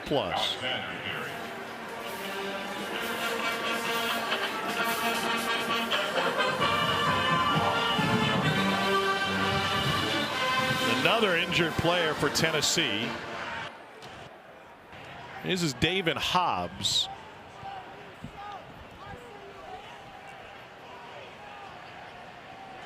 They're already without Jackson Moy, defensive tackle, who got injured in the first half. Well, what a season it's been for Vanderbilt, up to number 14 in the rankings, and they have sailed through calm waters for the most part relative to what they've been. 9 wins for the first time since World War I. 3 ranked wins for the first time ever, and they're reaching new depths and school records for total offense and passing and rushing touchdowns for Diego Pavia. They've never had a Heisman finalist finish higher than 7. Pavia seems to be in line to get an invite to New York City and at the very least be part of the ceremony. Yeah, this game real important for his Heisman hopeful appearance in New York. It wasn't a super fast start for Pavia in this offense. He struggled a little bit early in SEC games. He's obviously exploded as of late, but he won't have an opportunity to play in an SEC championship, and a lot of these Heisman hopefuls across the country, Fernando Mendoza being one of those guys, will play in a conference championship game, and they did change the voting. They don't allow it to open until that championship Saturday now, so people aren't voting early. You got to take all the games into account. Carl Hinkle finished 7th in the Heisman voting in 1937. He was a center on the offensive side of the ball, great defensive player for Vanderbilt. Went in to be inducted in the College Football Hall of Fame. Hobbs is off to the sideline. We'll test Tennessee's D-line depth.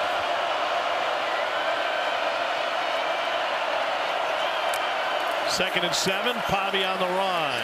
Complete. And a cutback near the marker and a first down for Trey Richardson.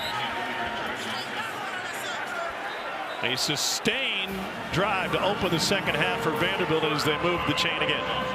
And they started Trey Richardson in the backfield that time and motioned him out. That's just stealing. Finding ways to get their speedster in space.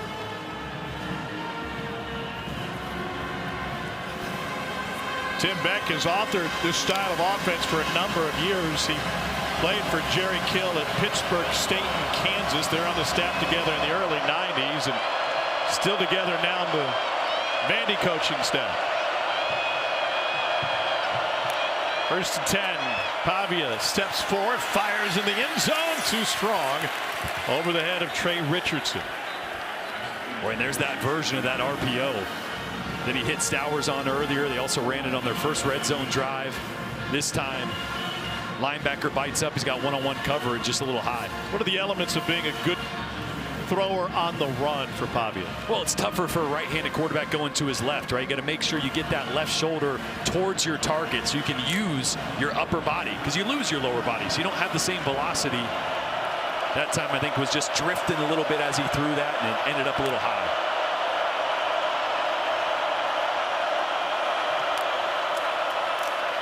Here's Alexander. Squirts free. Took a hit short of the first down marker. Then the extra surge brings him up just short. It'll be a yard short on this 3rd and 1 upcoming, and Pavia's got him on the line already.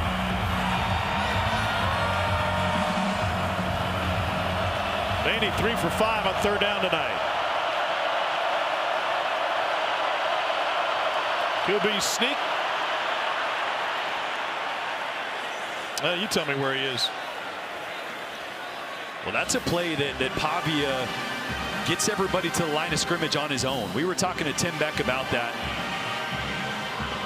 They tried to sub there because Beck was probably making a call. Pavia got everybody to the line, said, I'm just going to sneak this one. Yep.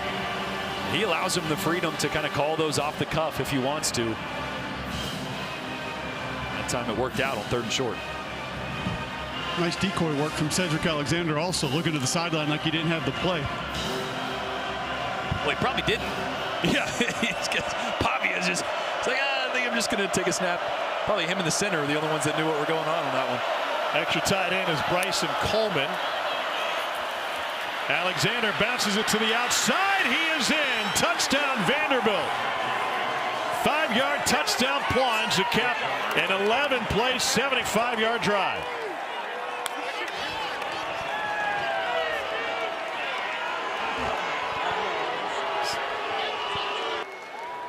In the opposite corner, the Vandy fans love it. Different feeling, the Tennessee student section. Yeah, watch Turrentine here. He's going to get his eyes caught inside. He's got to play contain. So he's got to set the edge there. Gets lost a little bit looking front side. So out of position when Cedric Alexander cut that one back.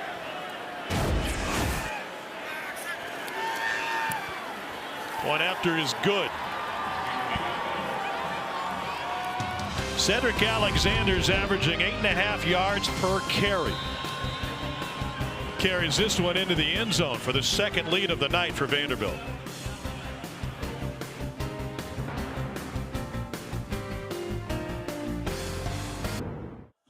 Well, Diego Pavia and Vanderbilt took advantage of this personal foul penalty to extend their late 2nd quarter drive. Instead of settling for a field goal, he found the end zone with 12 seconds left in the half, and then an 11-play, 75-yard drive to start the 2nd half. And they have flipped the script on Tennessee now with a 28-21 lead. Yeah, the middle 8 is so important in big games like this. How do you finish the first half, and how do you start the 2nd half? Vanderbilt doubled up there with touchdowns on both and completely flipped this game on its head. Chance for a return from the goal line. DeJuan Morris takes it out past the 20 and the pile to the 25. Read and React's the best show on cable television, college football. Cole, you're the host. Walk us through. We're going to need Tennessee to get the run game going in the second half to build not only more yards on the ground, but through the air. Watch the down block from the tackles, and Lance Hurd. Backside tackle is going to pull around, but the kickoff from the tight end going to help as well. They ask these tight ends to do a lot in the run game. David Sanders Jr., great job kicking out there from his tackle spot. Deshaun Bishop presses those blocks extremely well, making his blockers right and defenders wrong. Did it well on that play. Tennessee needs more of that here in the second half. Cole, what do you call that when you run over the guy in front of you and leave your belly on him there to finish? Put your belly on him. Just put your belly on him. That's it. Could be the blubber. It's Monday nights on the SEC Network. I mean, make up a term. The blubber. That's good. I like that. You know, a pancake is flattening the guy, but when you land on him, it's giving the blubber. It could be the waffle.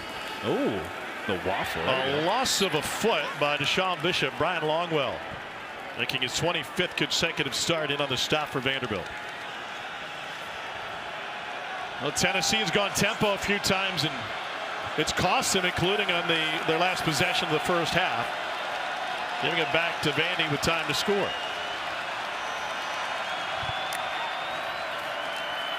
Joey Aguilar. Incomplete. Not on the same page. That's the second time he's thrown what it looks like he was thinking is going to be a comeback, where the receiver presses up 12 to 15 yards and breaks outside to the sideline. And each time it was Chris Brazzell, one time it was Mike Matthews, another, broke inside. Almost like a deeper hook route. So it's interesting why those guys are on different pages there. He's talking to Josh Heupel on the sideline trying to figure that out. That's twice now he's missed badly on a miscommunication. Remember, his first year of this program, he didn't show up until late summer after transferring from UCLA. Martel Height falling down makes a fair catch back at the 25 after a 46-yard punt. 28-21, Diego Pavia and Vandy with the advantage.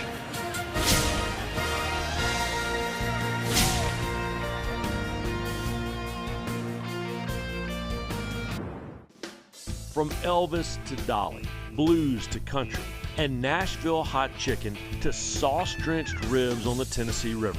From the mighty Mississippi to Music City to the misty Smoky Mountains.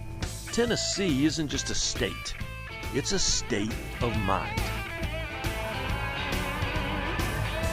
And his rivalry game to close the regular season, two programs who have lived on different continents in college football history. 22 10-win seasons for Tennessee, none for Vanderbilt. Vandy's been to 10 bowl games in school history, only won 5, and Tennessee's already won 31.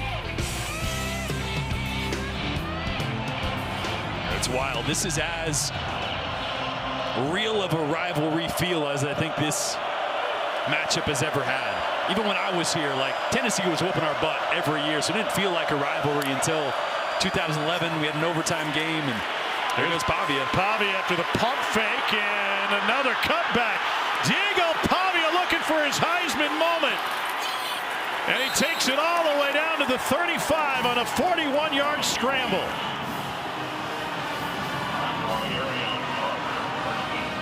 He's rushed for over 100 tonight on 11 carries. And the pump fake just absolutely freezes Jeremiah Thielander, who's coming off the edge. And I think that was actually a design quarterback run anyway, because you saw Jordan White, the center, working up to the second level. And is a pump fake built in or a Diego add-on? I think that's probably just freelancing a little bit. Obviously, you can do whatever you want. You pump or you look to the left and then you hit the quarterback draw. But he knew that guy was coming. He had to do something. Kylan Young is the tailback. He's a home run hitter. Dipped inside before being taken down after a gain of about 7 by Arian Carter.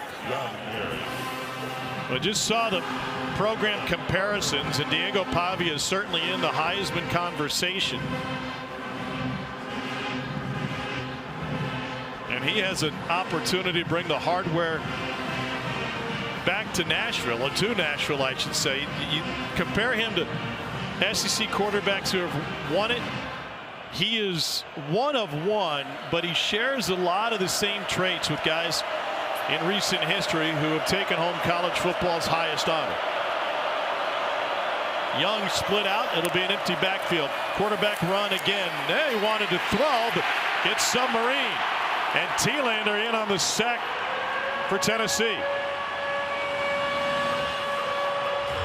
Well, again, it's that same little QB run RPO trying to get the ball to Eli Stowers, but the safety took that one away. Smart move from Pavia to not throw that football. Now this is a massive third down for this Tennessee defense. They have got to come up with a stop and got to try to change the momentum of this game, get this crowd into it.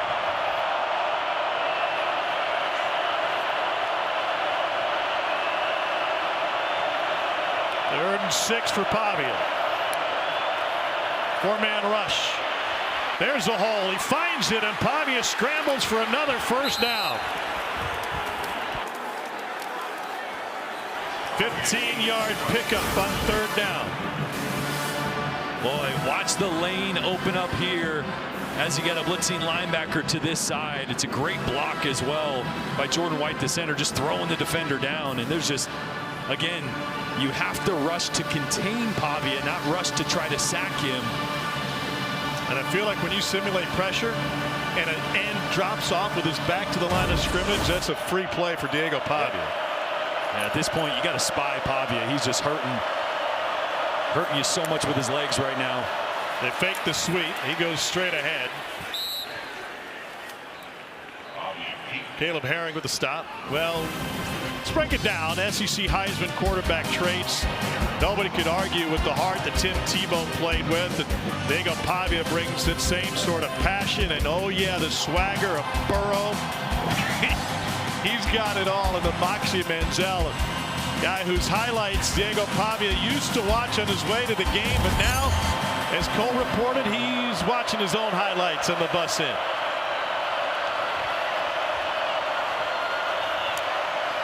Everybody was moving in orange. Did Vandy move first? Flags on the field.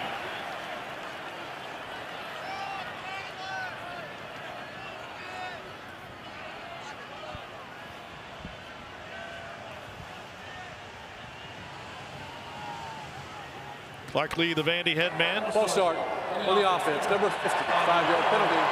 Second down. Yeah, you mentioned the Heisman conversation for Pavia. It's really what he's done lately. Last 3 games, he's been on a heater.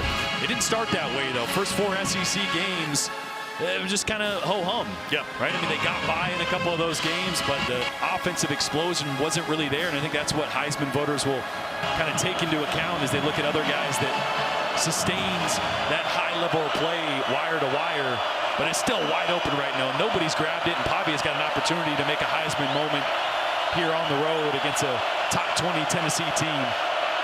Play clock getting late. Pavia with an option look. Is bottled up and taken down. No gain.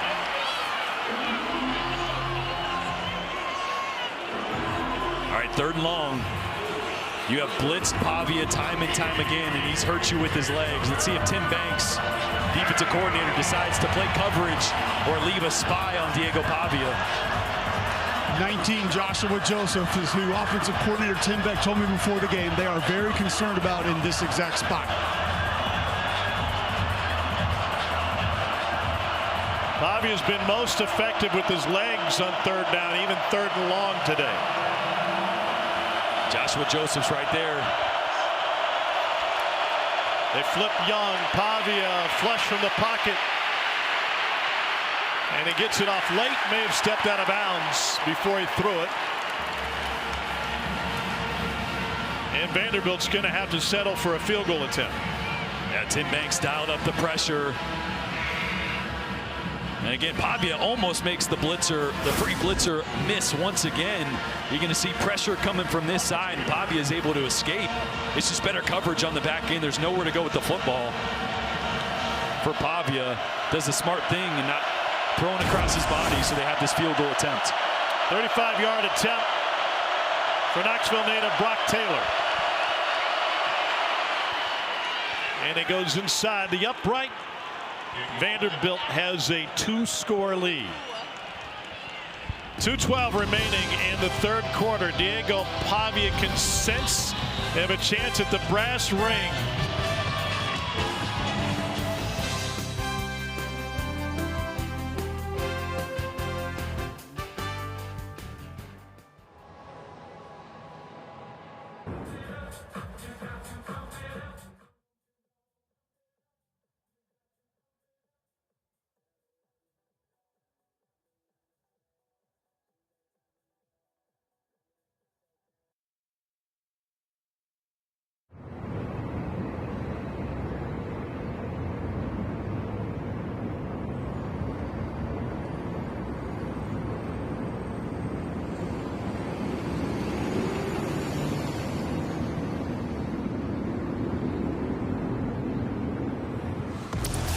Swipe for news and highlights. Now available on the ESPN app. Welcome back to Knoxville. You're watching Fairfield by Marriott Rivalry Week. And Vanderbilt trying to end a 6-game Tennessee win streak in this in-state rivalry that has been dominated by the Volunteers. They'll return. Coming up on ABC at 7:30 Eastern. We cap the night with the 90th Iron Bowl. Tide look to cement their playoff hopes. It's also available on the ESPN app. It's been 2,191 days since Auburn last beat Alabama. Just want to throw that in for Cole. Well, here's what's at play for the bubble teams. You really want to get into this slot, right? Because the ACC champs are probably going to be 11. The group of 5 is going to be 12. Oklahoma, if they go down, that would help out a lot. Miami 1. Let me get that out of the way for you.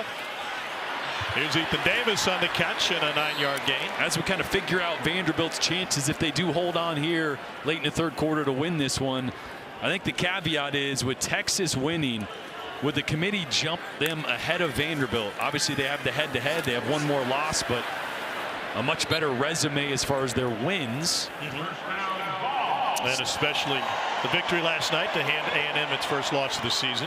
But Oklahoma losing, Alabama, if they lost to Auburn, would be massive for Vandy as well in their chances. Think about that Alabama-Auburn game. Alabama has to play their rival. If they win, they're in the SEC championship. If they lose, they're out of the college football playoff. This is the SEC. It's the deepest, best conference in America, and you're either out of the playoffs or you're playing for the championship. They're doing it against an Auburn team that's playing with an interim head coach, batted and intercepted. Or pardon me, incomplete. Wow. Had my mind on Cole. Cole, what do you think of the Iron Bowl tonight? I think Auburn's defense can keep them in the game. Alabama has had some protection issues at times, haven't been consistent rushing the football. I just don't know what to expect from Ashton Daniels. He comes in relief in the Arkansas game, in and out of the game against Kentucky. Then he actually gets one game to go, but then he sits out against Mercer. I have no idea what to expect offensively from the Tigers. Yeah, it was a game plan going back a month for Hugh Freeze to sit him when he was still the head coach. Complete gets pressure to Mike Matthews, and he's right at the line to gain. The umpire has him a yard short. On the far side, they said he got it. So first down for Tennessee. Could also see Deuce Knight off the bench as a quarterback for Auburn, talented freshman. That was unbelievable composure from Joey Aguilar there. Sidestepped the free blitzer. And a jump cut for Deshaun Bishop to pick up a couple. Here's the last play. Watch his body language here. He's going to have a free blitzer coming from this side, and he's just going to step up, shake off a little contact, keep his eyes downfield, and rip that one over the middle to Mike Matthews. This feels like a must-have-it possession for Tennessee, down 31-21. So they turn to the ground game, and Deshaun Bishop rips off 9. He's over 100 now. Trying to get a snap off before the quarter ends, it looks like. And they go with the sneak, and Aguilar is able to pick it up. That will send us to the fourth quarter at Neyland Stadium in Knoxville, Tennessee. The 119th meeting between these in-state rivals. 1 quarter to play. Everything on the line for Diego Pavia, his mom, and his Vanderbilt program. They've got a 10-point lead.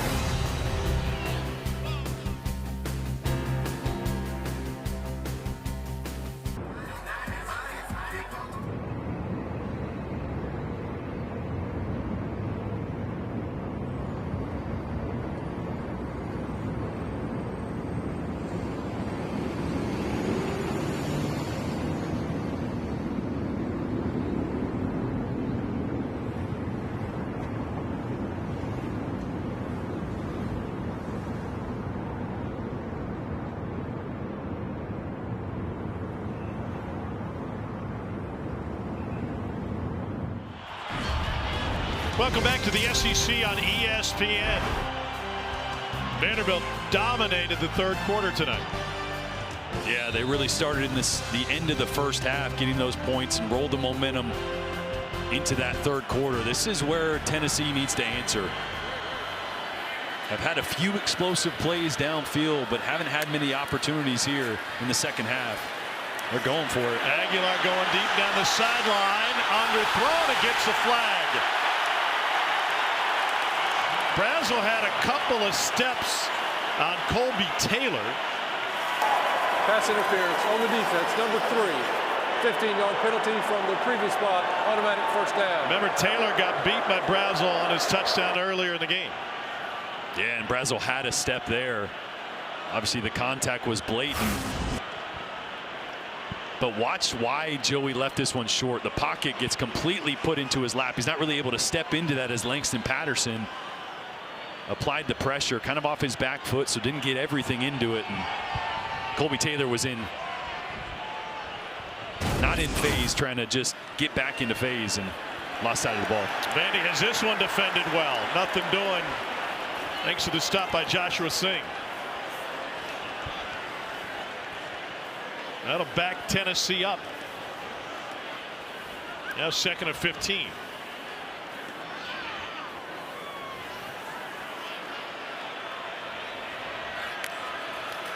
Pressure again coming. Aguilar hit as he throws. It's still complete. Right at the first down marker. Can be a hair short for Brazel. And that'll set up 3rd and 1. Brian Longwell came up the middle and absolutely laid a lick at Joey Aguilar. Yeah, that is a big time throw. Aguilar took a massive hit. Deshaun Bishop tried to block Patterson, unable to. Still right on the money. 3rd and 1. Aguilar tries to keep it, and he does. It's a Tennessee first down. He olayed Randon Fontenette, left him in the backfield. If Tennessee claws their way back into this game, you're going to come back to this play, because he was dead to rights in the backfield for a big negative play, and Joey makes an even better play to get not just positive yards there, but a first down. He guessed wrong there. I mean, he was trying to slow play the pull and just guessed wrong, but made it right. Now 12th play of the drive. It's all Aguilar. Popped at the 10. Colby Taylor. A few extra words after the big hit. But Aguilar is trying to will this Tennessee team back into the game, down 10. 2nd and 4. Aguilar again dumps it off. And a huge open field tackle on Brazel made by Colby Taylor. And the Vandy corner is now playing with a lot of emotion. That was a heck of a play by Taylor. He comes from the opposite side of the field, trailing Brazel. Great open field tackle. This is good. Slow this down. I mean, Aguilar just had a couple runs. They rolled him out there. He's been under pressure. Took a big hit in the pocket. He needs a second to catch his breath here for a big 3rd and 3. He ran for the last one. Matthews matched up with Taylor, bottom of the formation. Going to get man coverage. To throw. To Matthews, and in and out of the hands.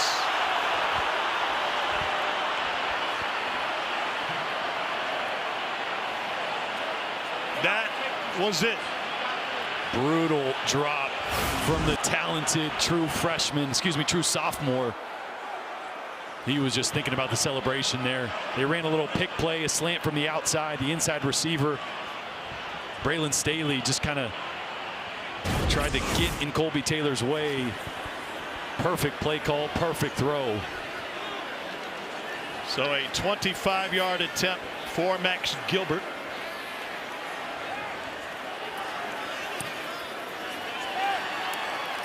And it's good. 12:32 remaining in regulation. We got a touchdown game. Clark Lee's team trying to hold on the road.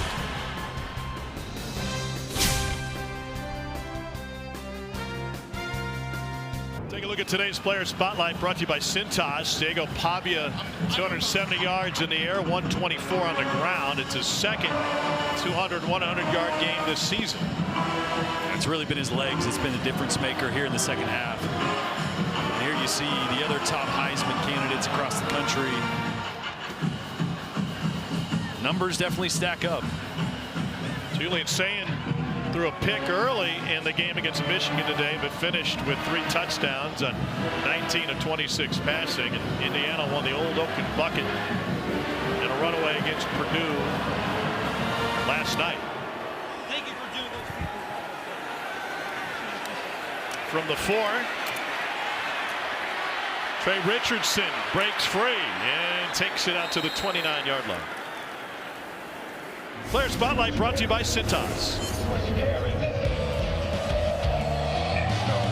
A day in the life of Diego Pavia. Struggling in the first half, he threw 2 picks, which led to 14 Tennessee points. Talk about a comeback. Yeah, I think it's just a microcosm of who he is as a player. Sometimes it doesn't look pretty, sometimes it's not perfect, but he finds ways to get things done. Obviously responding from the 2 early turnovers to throw the touchdown before half. Again, the improvisation on some of the scrambles that he's had have really broken the back of this Tennessee defense in this second half. Coming off of a school record for passing yards in a game last week against Kentucky.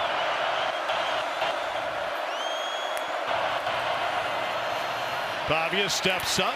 It's tipped. That's a backwards pass, and it gets out of bounds before anybody can find it. Joshua Joseph. Diego Pavia is off the charts in all of the analytics. The only places where it comes up red because of his size and probably style of play. He gets a lot of passes batted at the line. Yeah, definitely. And because of plays like that where he probably shouldn't even attempted to throw that with all of the traffic around him. It did look like that ball initially was going forward and then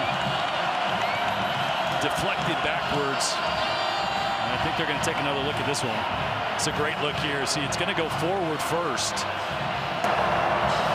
Previous plays under video review. The ruling on the field was a backwards pass out of bounds at the 20-yard line.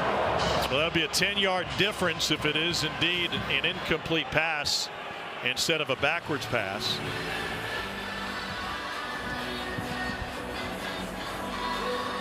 He's got to be careful with some of these decisions. He knows he's under pressure, knows he's going to take a hit. You got that going forward? I got that going slightly forward. Yeah.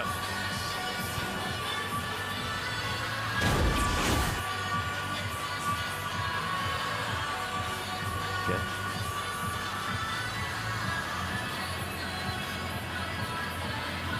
We've got Jerry McGinn on with us to help us through our rules official. Jerry, how do you see that play? Well, this is a good stop by replay because the ball, from our view, and we have a great shot of it, the quarterback is releasing the ball and it's tipped, and it appears that the ball was initially going forward and then the ball was tipped backwards, and this is a 10-yard differential. So this is a good stop. I'm hoping that replay reverses this to an incomplete pass. Seemingly, that's what they'll do. It's taken a while to figure out exactly if it was going forward or backwards. There is no lateral. It's either forward or backward.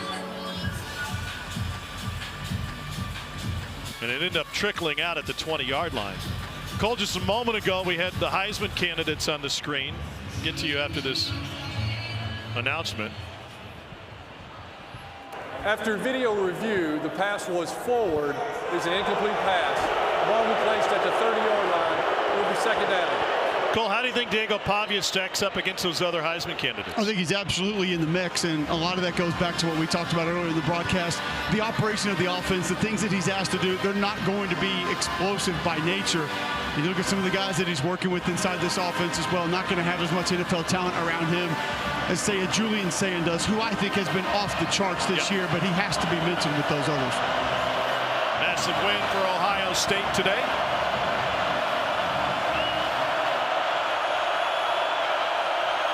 So after the review, 2nd and 10.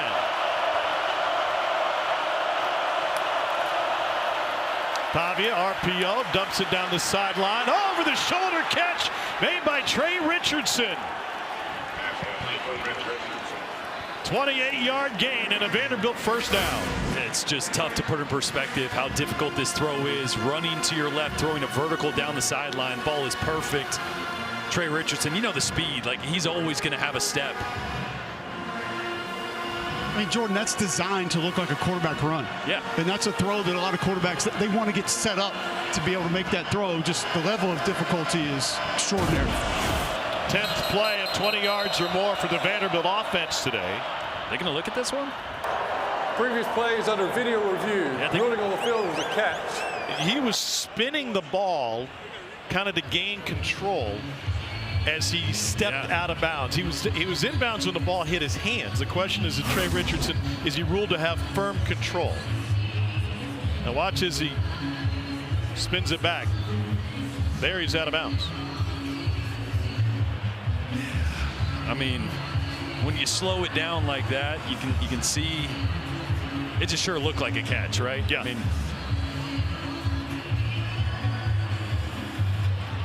so did he have it secure before the right foot came down?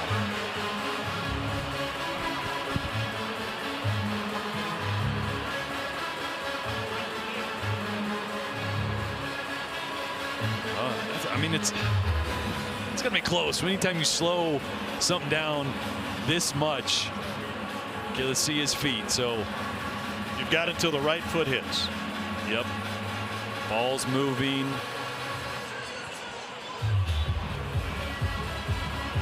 I don't know. I mean, there's a gap between the ball and his left hand. The question is, was he palming it? Did he have it firmly secure by his right hand? Let's bring in our rules analyst, Jaron McGinn. Jaron, can you have it in control with just one hand on top? I tell you, this is a good stop, and at first it looks like it's obvious a catch. And you know, as Jordan mentioned, when you slow things down like this, you can kind of like make anything that you want. I like the fact that it is a catch because he's really doing a football move with it. He has it, and he's just trying to tuck it away a little bit better. Does it move? Yes. I like it as a catch. Can you rule it a catch and rule that he has it secured with the right hand on top of the ball, like a basketball player palming it? You can, but then the ball shouldn't be moving. Yeah. This one does move a little bit. And then it also ended in his left hand at the end. Right. Now the ruling on the field is a catch. After video review, the ruling on the field is upheld. I think that's right. Yeah. Like, I believe it was. I think if it was ruled incomplete, they probably would have stayed with that also.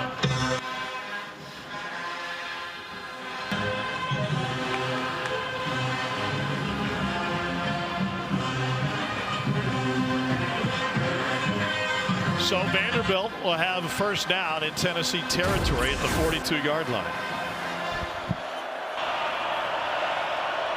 Diego Pavia has thrown for 235 and a touchdown. 2 interceptions in the first half led to 14 points for Tennessee. A pump fake and a run. And Pavia bottled up and got some friendly pushing and shoving on the interior. That's a play Tim Beck said they had to get to this offseason, and they get to it in a lot of different ways. Counter, quarterback counter there, but they can run it with their backs, 2 tight ends. They go 5 wide with an empty backfield here.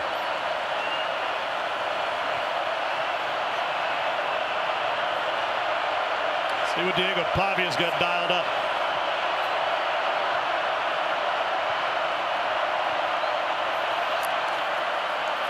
Pavia fires complete for a gain of 3 to Eli Stowers. Pardon me, gain of 4. Jalen McMurray with the stop for Tennessee. Big third down.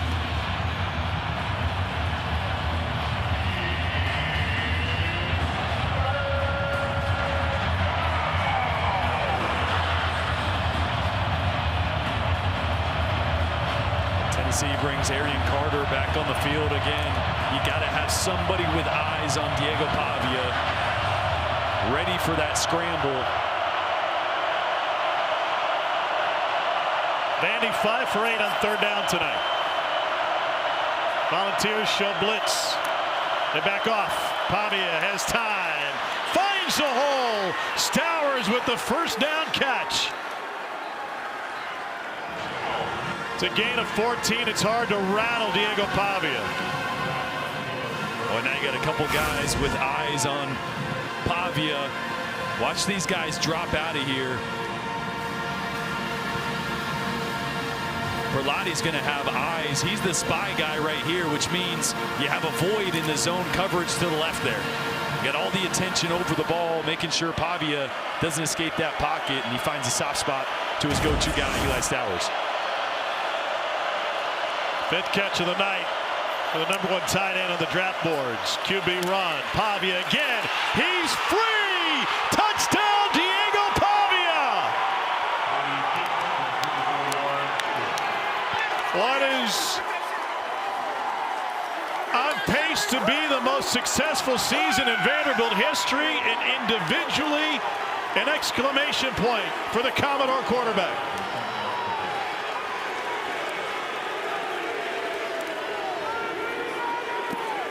And then he choreographed the pose.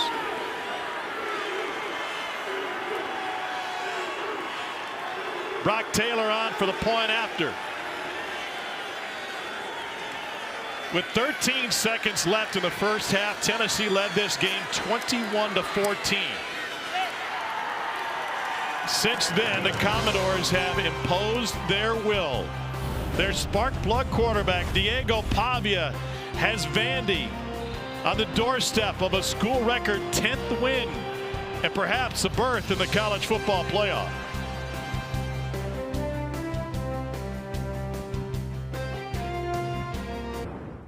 ESPN College Football is presented by Chili's 3 for Me, the best $10.99 you can eat.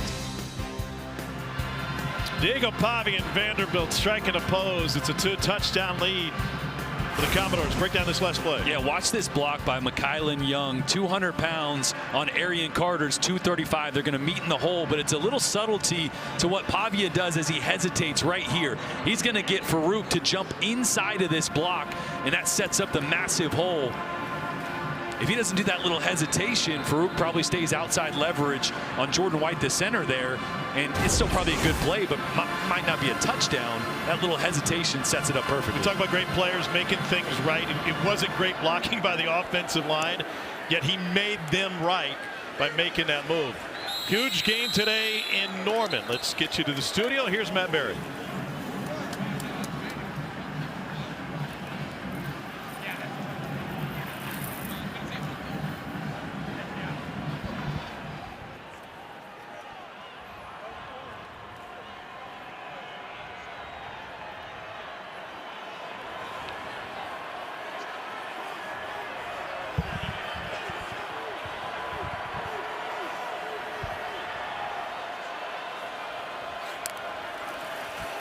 Do you have a camera on you today? Broken up on the perimeter. And Martell Height tried to take it to the checkerboard. I wish I had lettuce like that guy. I'm jealous. That is nice. By the way, LSU just moments ago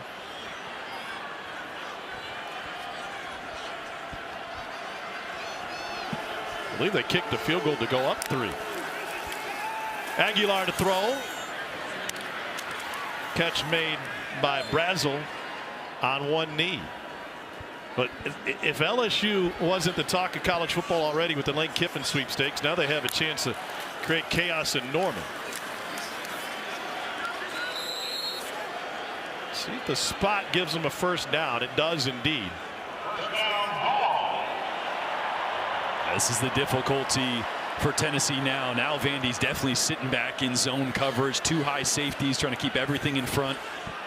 They're going to let you take those hitches to the outside. Aguilar's got time. Ducked under one rusher. And then dumps it off incomplete. Trying to find a Sean Bishop. 8:01 remaining. The field is an incomplete pass. And again, looking downfield for Chris Brazel. Just really good coverage on the back end. Nowhere to go with the ball. Steve Gregory has called a great game. He's mixed some of those walk-up, cover zero pressures with deep 2 safety looks at times. Giving up a couple explosives, but pretty good job, especially here in the second half. Little low. but ruled a catch and a first down for Jackson, and now set incomplete. Yeah, that one was tipped at the line of scrimmage. Took the back judge to come in and clean it up. Ooh, I don't know. That's a catch. That's a catch, yeah. That was, you could see the spin of the ball there. That one got tipped by one or two guys at the line of scrimmage. We'll take a look. Previous play is under video review. The ruling on the field was the pass was incomplete. Well, they're getting their money's worth out of the camera down there on the sideline. Yeah. Yeah, I think so. On the DV Sport monitor there. And this is a great catch. I really don't think this touches the ground. Great concentration.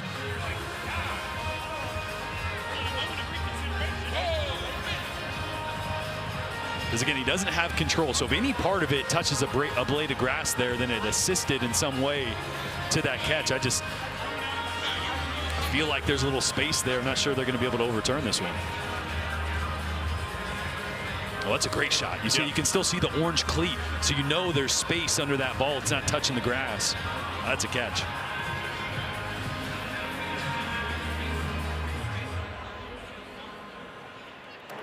After video review, the receiver had possession of the ball and did not touch the ground. It'll be first down Tennessee at the 46-yard line. It doesn't change the fact that Aguilar has been just a little bit off lately. Yeah. No doubt, especially on some of the perimeter throws to the sideline. But here's the reality. If they're going to hit a big chunk play, you noticed on the play prior to that one we just saw, they were trying to take the shot, and there's pressure. He's having to navigate the pocket. He's not able to set up and push the ball downfield, so they might have to dedicate one extra blocker, max protect, to try to take a shot. And ran out of time. Aguilar goes down. Linus Zunk with the sack for Vandy. Third sack of the night for the Commodores. And instead of adding an extra blocker, they go a 5-man protection. And you're going to see right here, just Zunk goes right by the left guard, Jesse Perry. And a quick snap to get it off on the completion to Ethan Davis. And Tennessee looking at 3rd and 4. And you got to continue to have some urgency here. Pardon me, 3rd and 16. 2 touchdowns down. You're going to be inside 7 minutes here in a second. A lot of clock just ticking right now. 4-man rush again. Aguilar. Incomplete. Jarred loose. Huge hit by Randon Fontenette. And it leaves Tennessee with 4th and 14 with 6:49 to play, and the offense is going to stay on the field. Wow, what a hit. I mean, that was a perfect ball to Brame, the tight end. And Randon Fontenette was able to put his shoulder pad right on the football. And this is do or die here for Tennessee. They're 11 of 13 on 4th down this season. Vandy sends the house. Aguilar delivers well short of the sticks to midfield to Chris Brazel. What impact did the pressure have on Aguilar? Well, it sped everything up. He's not feeling like he has time, because if he has time, because of the blitz, if he has time, he can work backside. Instead, he's throwing a route that's short of the sticks anyway. Watch Braylon Staley on the backside on a dig route after this clear out is going to come open. If he has time, he's able to work back there. That's a wide open receiver. Instead, the pressure got to him, and Vandy holds tough.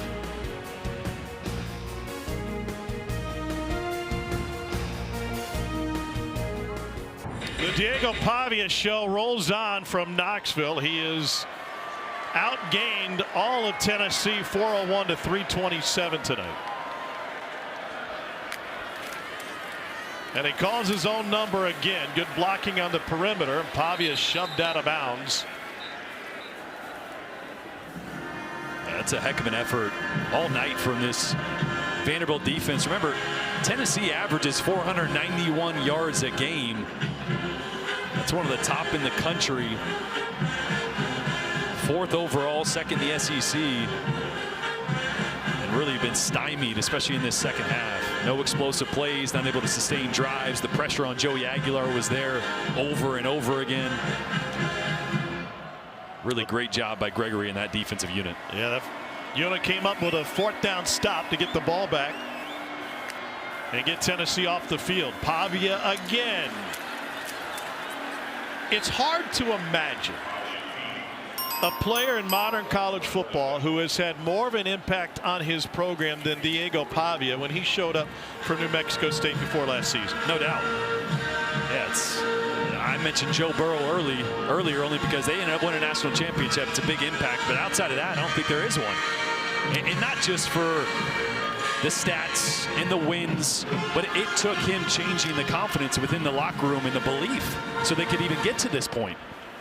And obviously you plug in the scheme from Tim Beck, which I think is a guy that's wildly underrated for the effect he's had as well. Pavia gets a lot of the credit. Clark Lee gets a lot of the credit, as they're due. But chance for a home run for Cedric Alexander. He is in. 39-yard touchdown run for Alexander. Flags on the play after the touchdown. Personal fouls coming against Tennessee. And Vandy will snap a 6-game Tennessee win streak in this series. And they will send a Big Orange faithful home early.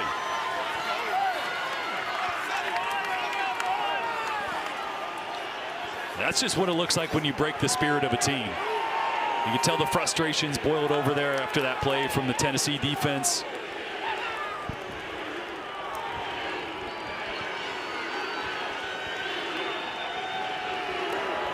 The result of the play is a touchdown. After the play was over, personal foul, unnecessary roughness, number 5 on the defense.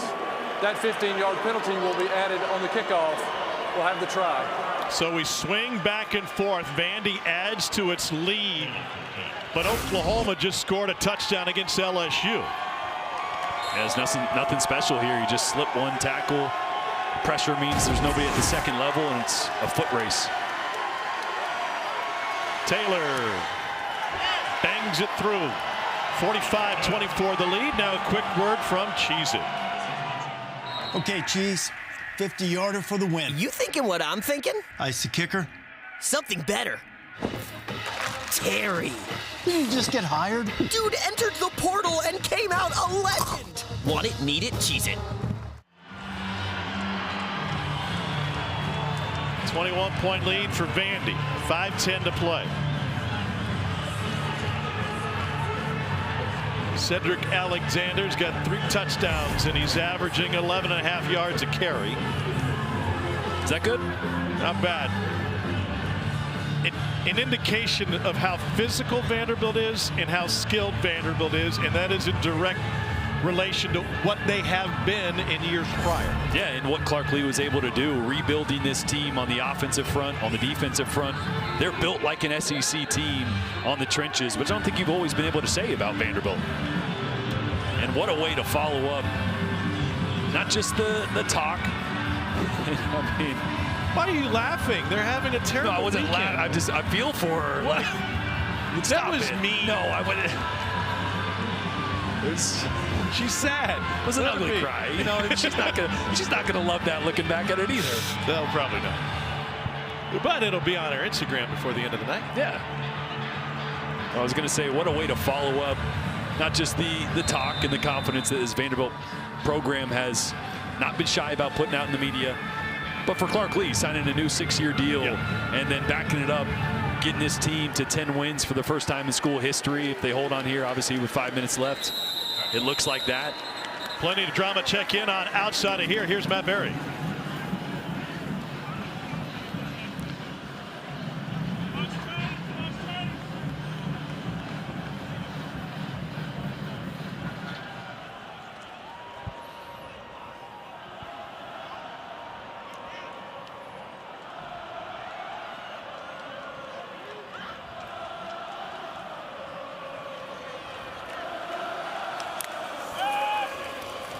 All right, Matt, thank you.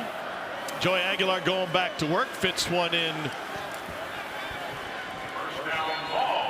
to Ethan Davis, who picks up 15 on first down.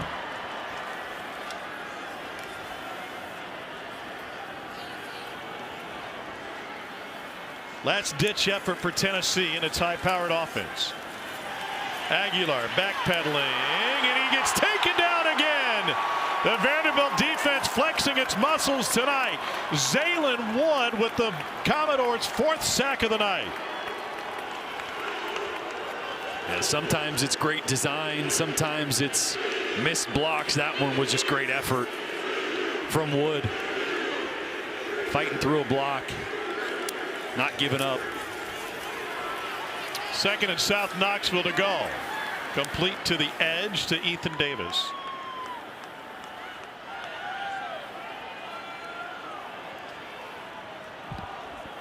You played your college ball at Vanderbilt. What's it like seeing the program where it is right now? It's wild. It's wild to think just the historic nature of what they're doing. When you think about a program that's played football, as Tennessee gets a nice pickup here for a 1st down. A program that's played football since 1890 and never had a 10-win season. And you're talking about things that haven't been done in multi-generations. They're described by one account in regard to the Tennessee Vandy series history, especially after General Neyland took over. Vanderbilt players were described as mostly gentlemen and good losers. Yeah, it's not what you want to be known for as a football player. This will be their first ever win in Neyland against a ranked Tennessee team. Blitz coming. They sent the house. Aguilar wanted to go deep as receiver slipped. And Matthews thought he was shoved to the ground. May have missed this one.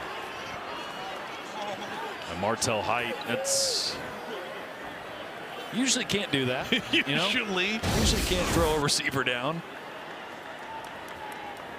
3rd down 2. We've got one smile in the group. Corner blitz. Complete for the 1st down. Chris Brazel the 2nd. Well, an interesting scenario for Tennessee going into the postseason, and a bowl berth awaiting them. Destination TBD will be the status of court case to try and get Joey Aguilar and others another season due to his year in junior college ball. And we were talking with Josh Heupel yesterday, the difficulty going through 4 different starting quarterbacks over 4 years. And he said the difference between having a returning quarterback is the difference between in that one play that takes to win a game against a big time opponent. That one play where the game shifts. A veteran makes it. A new guy has to learn from it. Flag on the play in the backfield. And again, a veteran maybe recognizes a look on game day that you hadn't seen in practice and knows how to adjust in real time because the greater body of work. It's really tough for a program to just hit the reset button from the most important position on the field every offseason. So obviously Joey Aguilar, because of the Diego Pavia lawsuit. Number 53, 10-yard penalty from the previous spot. Replay, 2nd down. A potential opportunity to have another year at Tennessee. He is 24 years old. He will have an opportunity at the next level, whatever that looks like. I don't know if that means a draft pick or getting in a camp. Let me ask you this. Where do you get paid more? Well, you're going to get paid more in college these days. So Tim Corbin, 2-time national champion, hanging out with Diego Pavia.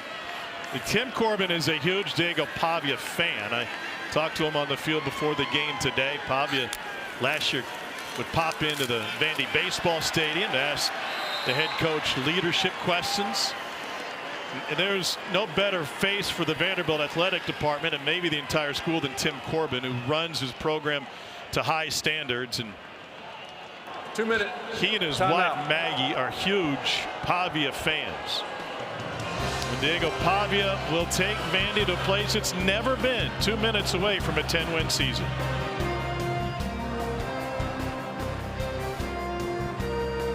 AFC-leading Patriots host the Giants 8 Eastern on ESPN. ESPN Deportes and the ESPN app with Peyton and Eli on ESPN2. Coverage starts with NFL Live at 3 Eastern. Then SVP and the Monday Night Countdown crew at 6 Eastern. Peyton was here in Knoxville on Monday to do his show from the football facility. Pressure coming up the middle. Aguilar off his back foot, and Davis can't haul it in. Covered on the back end by Marlon Sewell. Boy, how about Vanderbilt not backing down with the pressure? You're saying if you're going to complete a pass, you're going to do it falling away with 2 or 3 defenders in your face. It's been a tough night for Joey Aguilar in the pocket. Hasn't had the ability to stand in there and step into a throw for a while. Yeah. Aguilar again off his back foot. And incomplete. Brazel that time. Can't believe he didn't get the flag. I mean, they're letting a lot of contact go. That play, the previous play. Again, though, I said it to start the game. They set the tone early on what they were going to allow on the outside, and they've kind of maintained that on both sides. It's a second 4th down stop and turnover on downs this half for the Vanderbilt defense. They hold this high-powered Tennessee offense to just 24 points.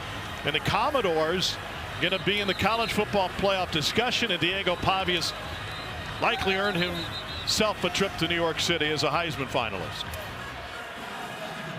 So land a 6-game Vanderbilt losing streak to Tennessee.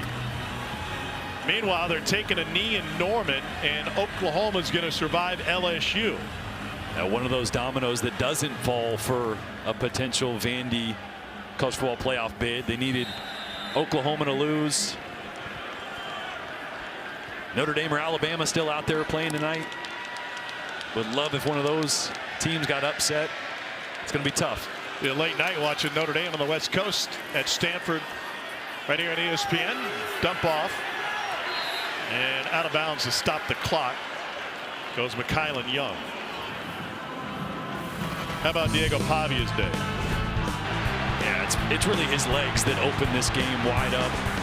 159 yards on the ground for him. Another 268 through the air. Obviously, those 2 interceptions, he bounced back and he dropped a few dimes later in this game. That one to Trent Richardson down the sideline. The little hesitation on the long run. And then getting all the big boys involved. Last 4 games, they have averaged better than 41 points and 530 yards of offense. Of note, all of those have come against SEC foes.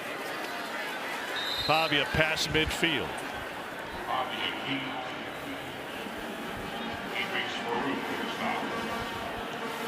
So, you know what the odds makers say, that odds are slim that Vanderbilt can leapfrog enough of those bubble teams get an at-large berth to the college football playoff. I feel like style points were going to come into play tonight. And you look at how Vandy dominated the second half. You're going to win this thing by 3 touchdowns. That's a lot of style for Clark Lee. Yeah, 45-24, 577 total yards of offense. And also they held Tennessee to just 382 yards of offense, over 100 below their yearly average.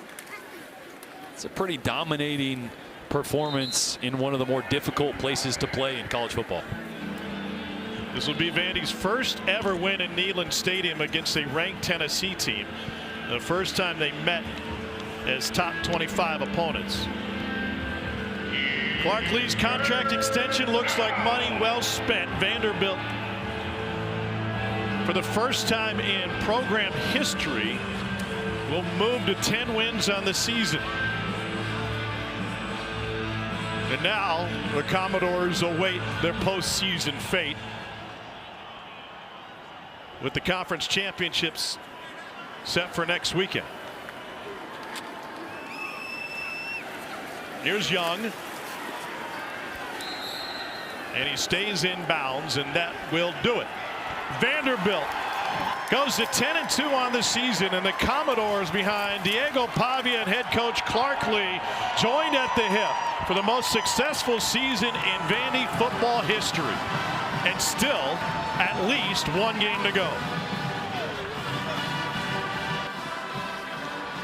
A convincing victory on the road against their rivals.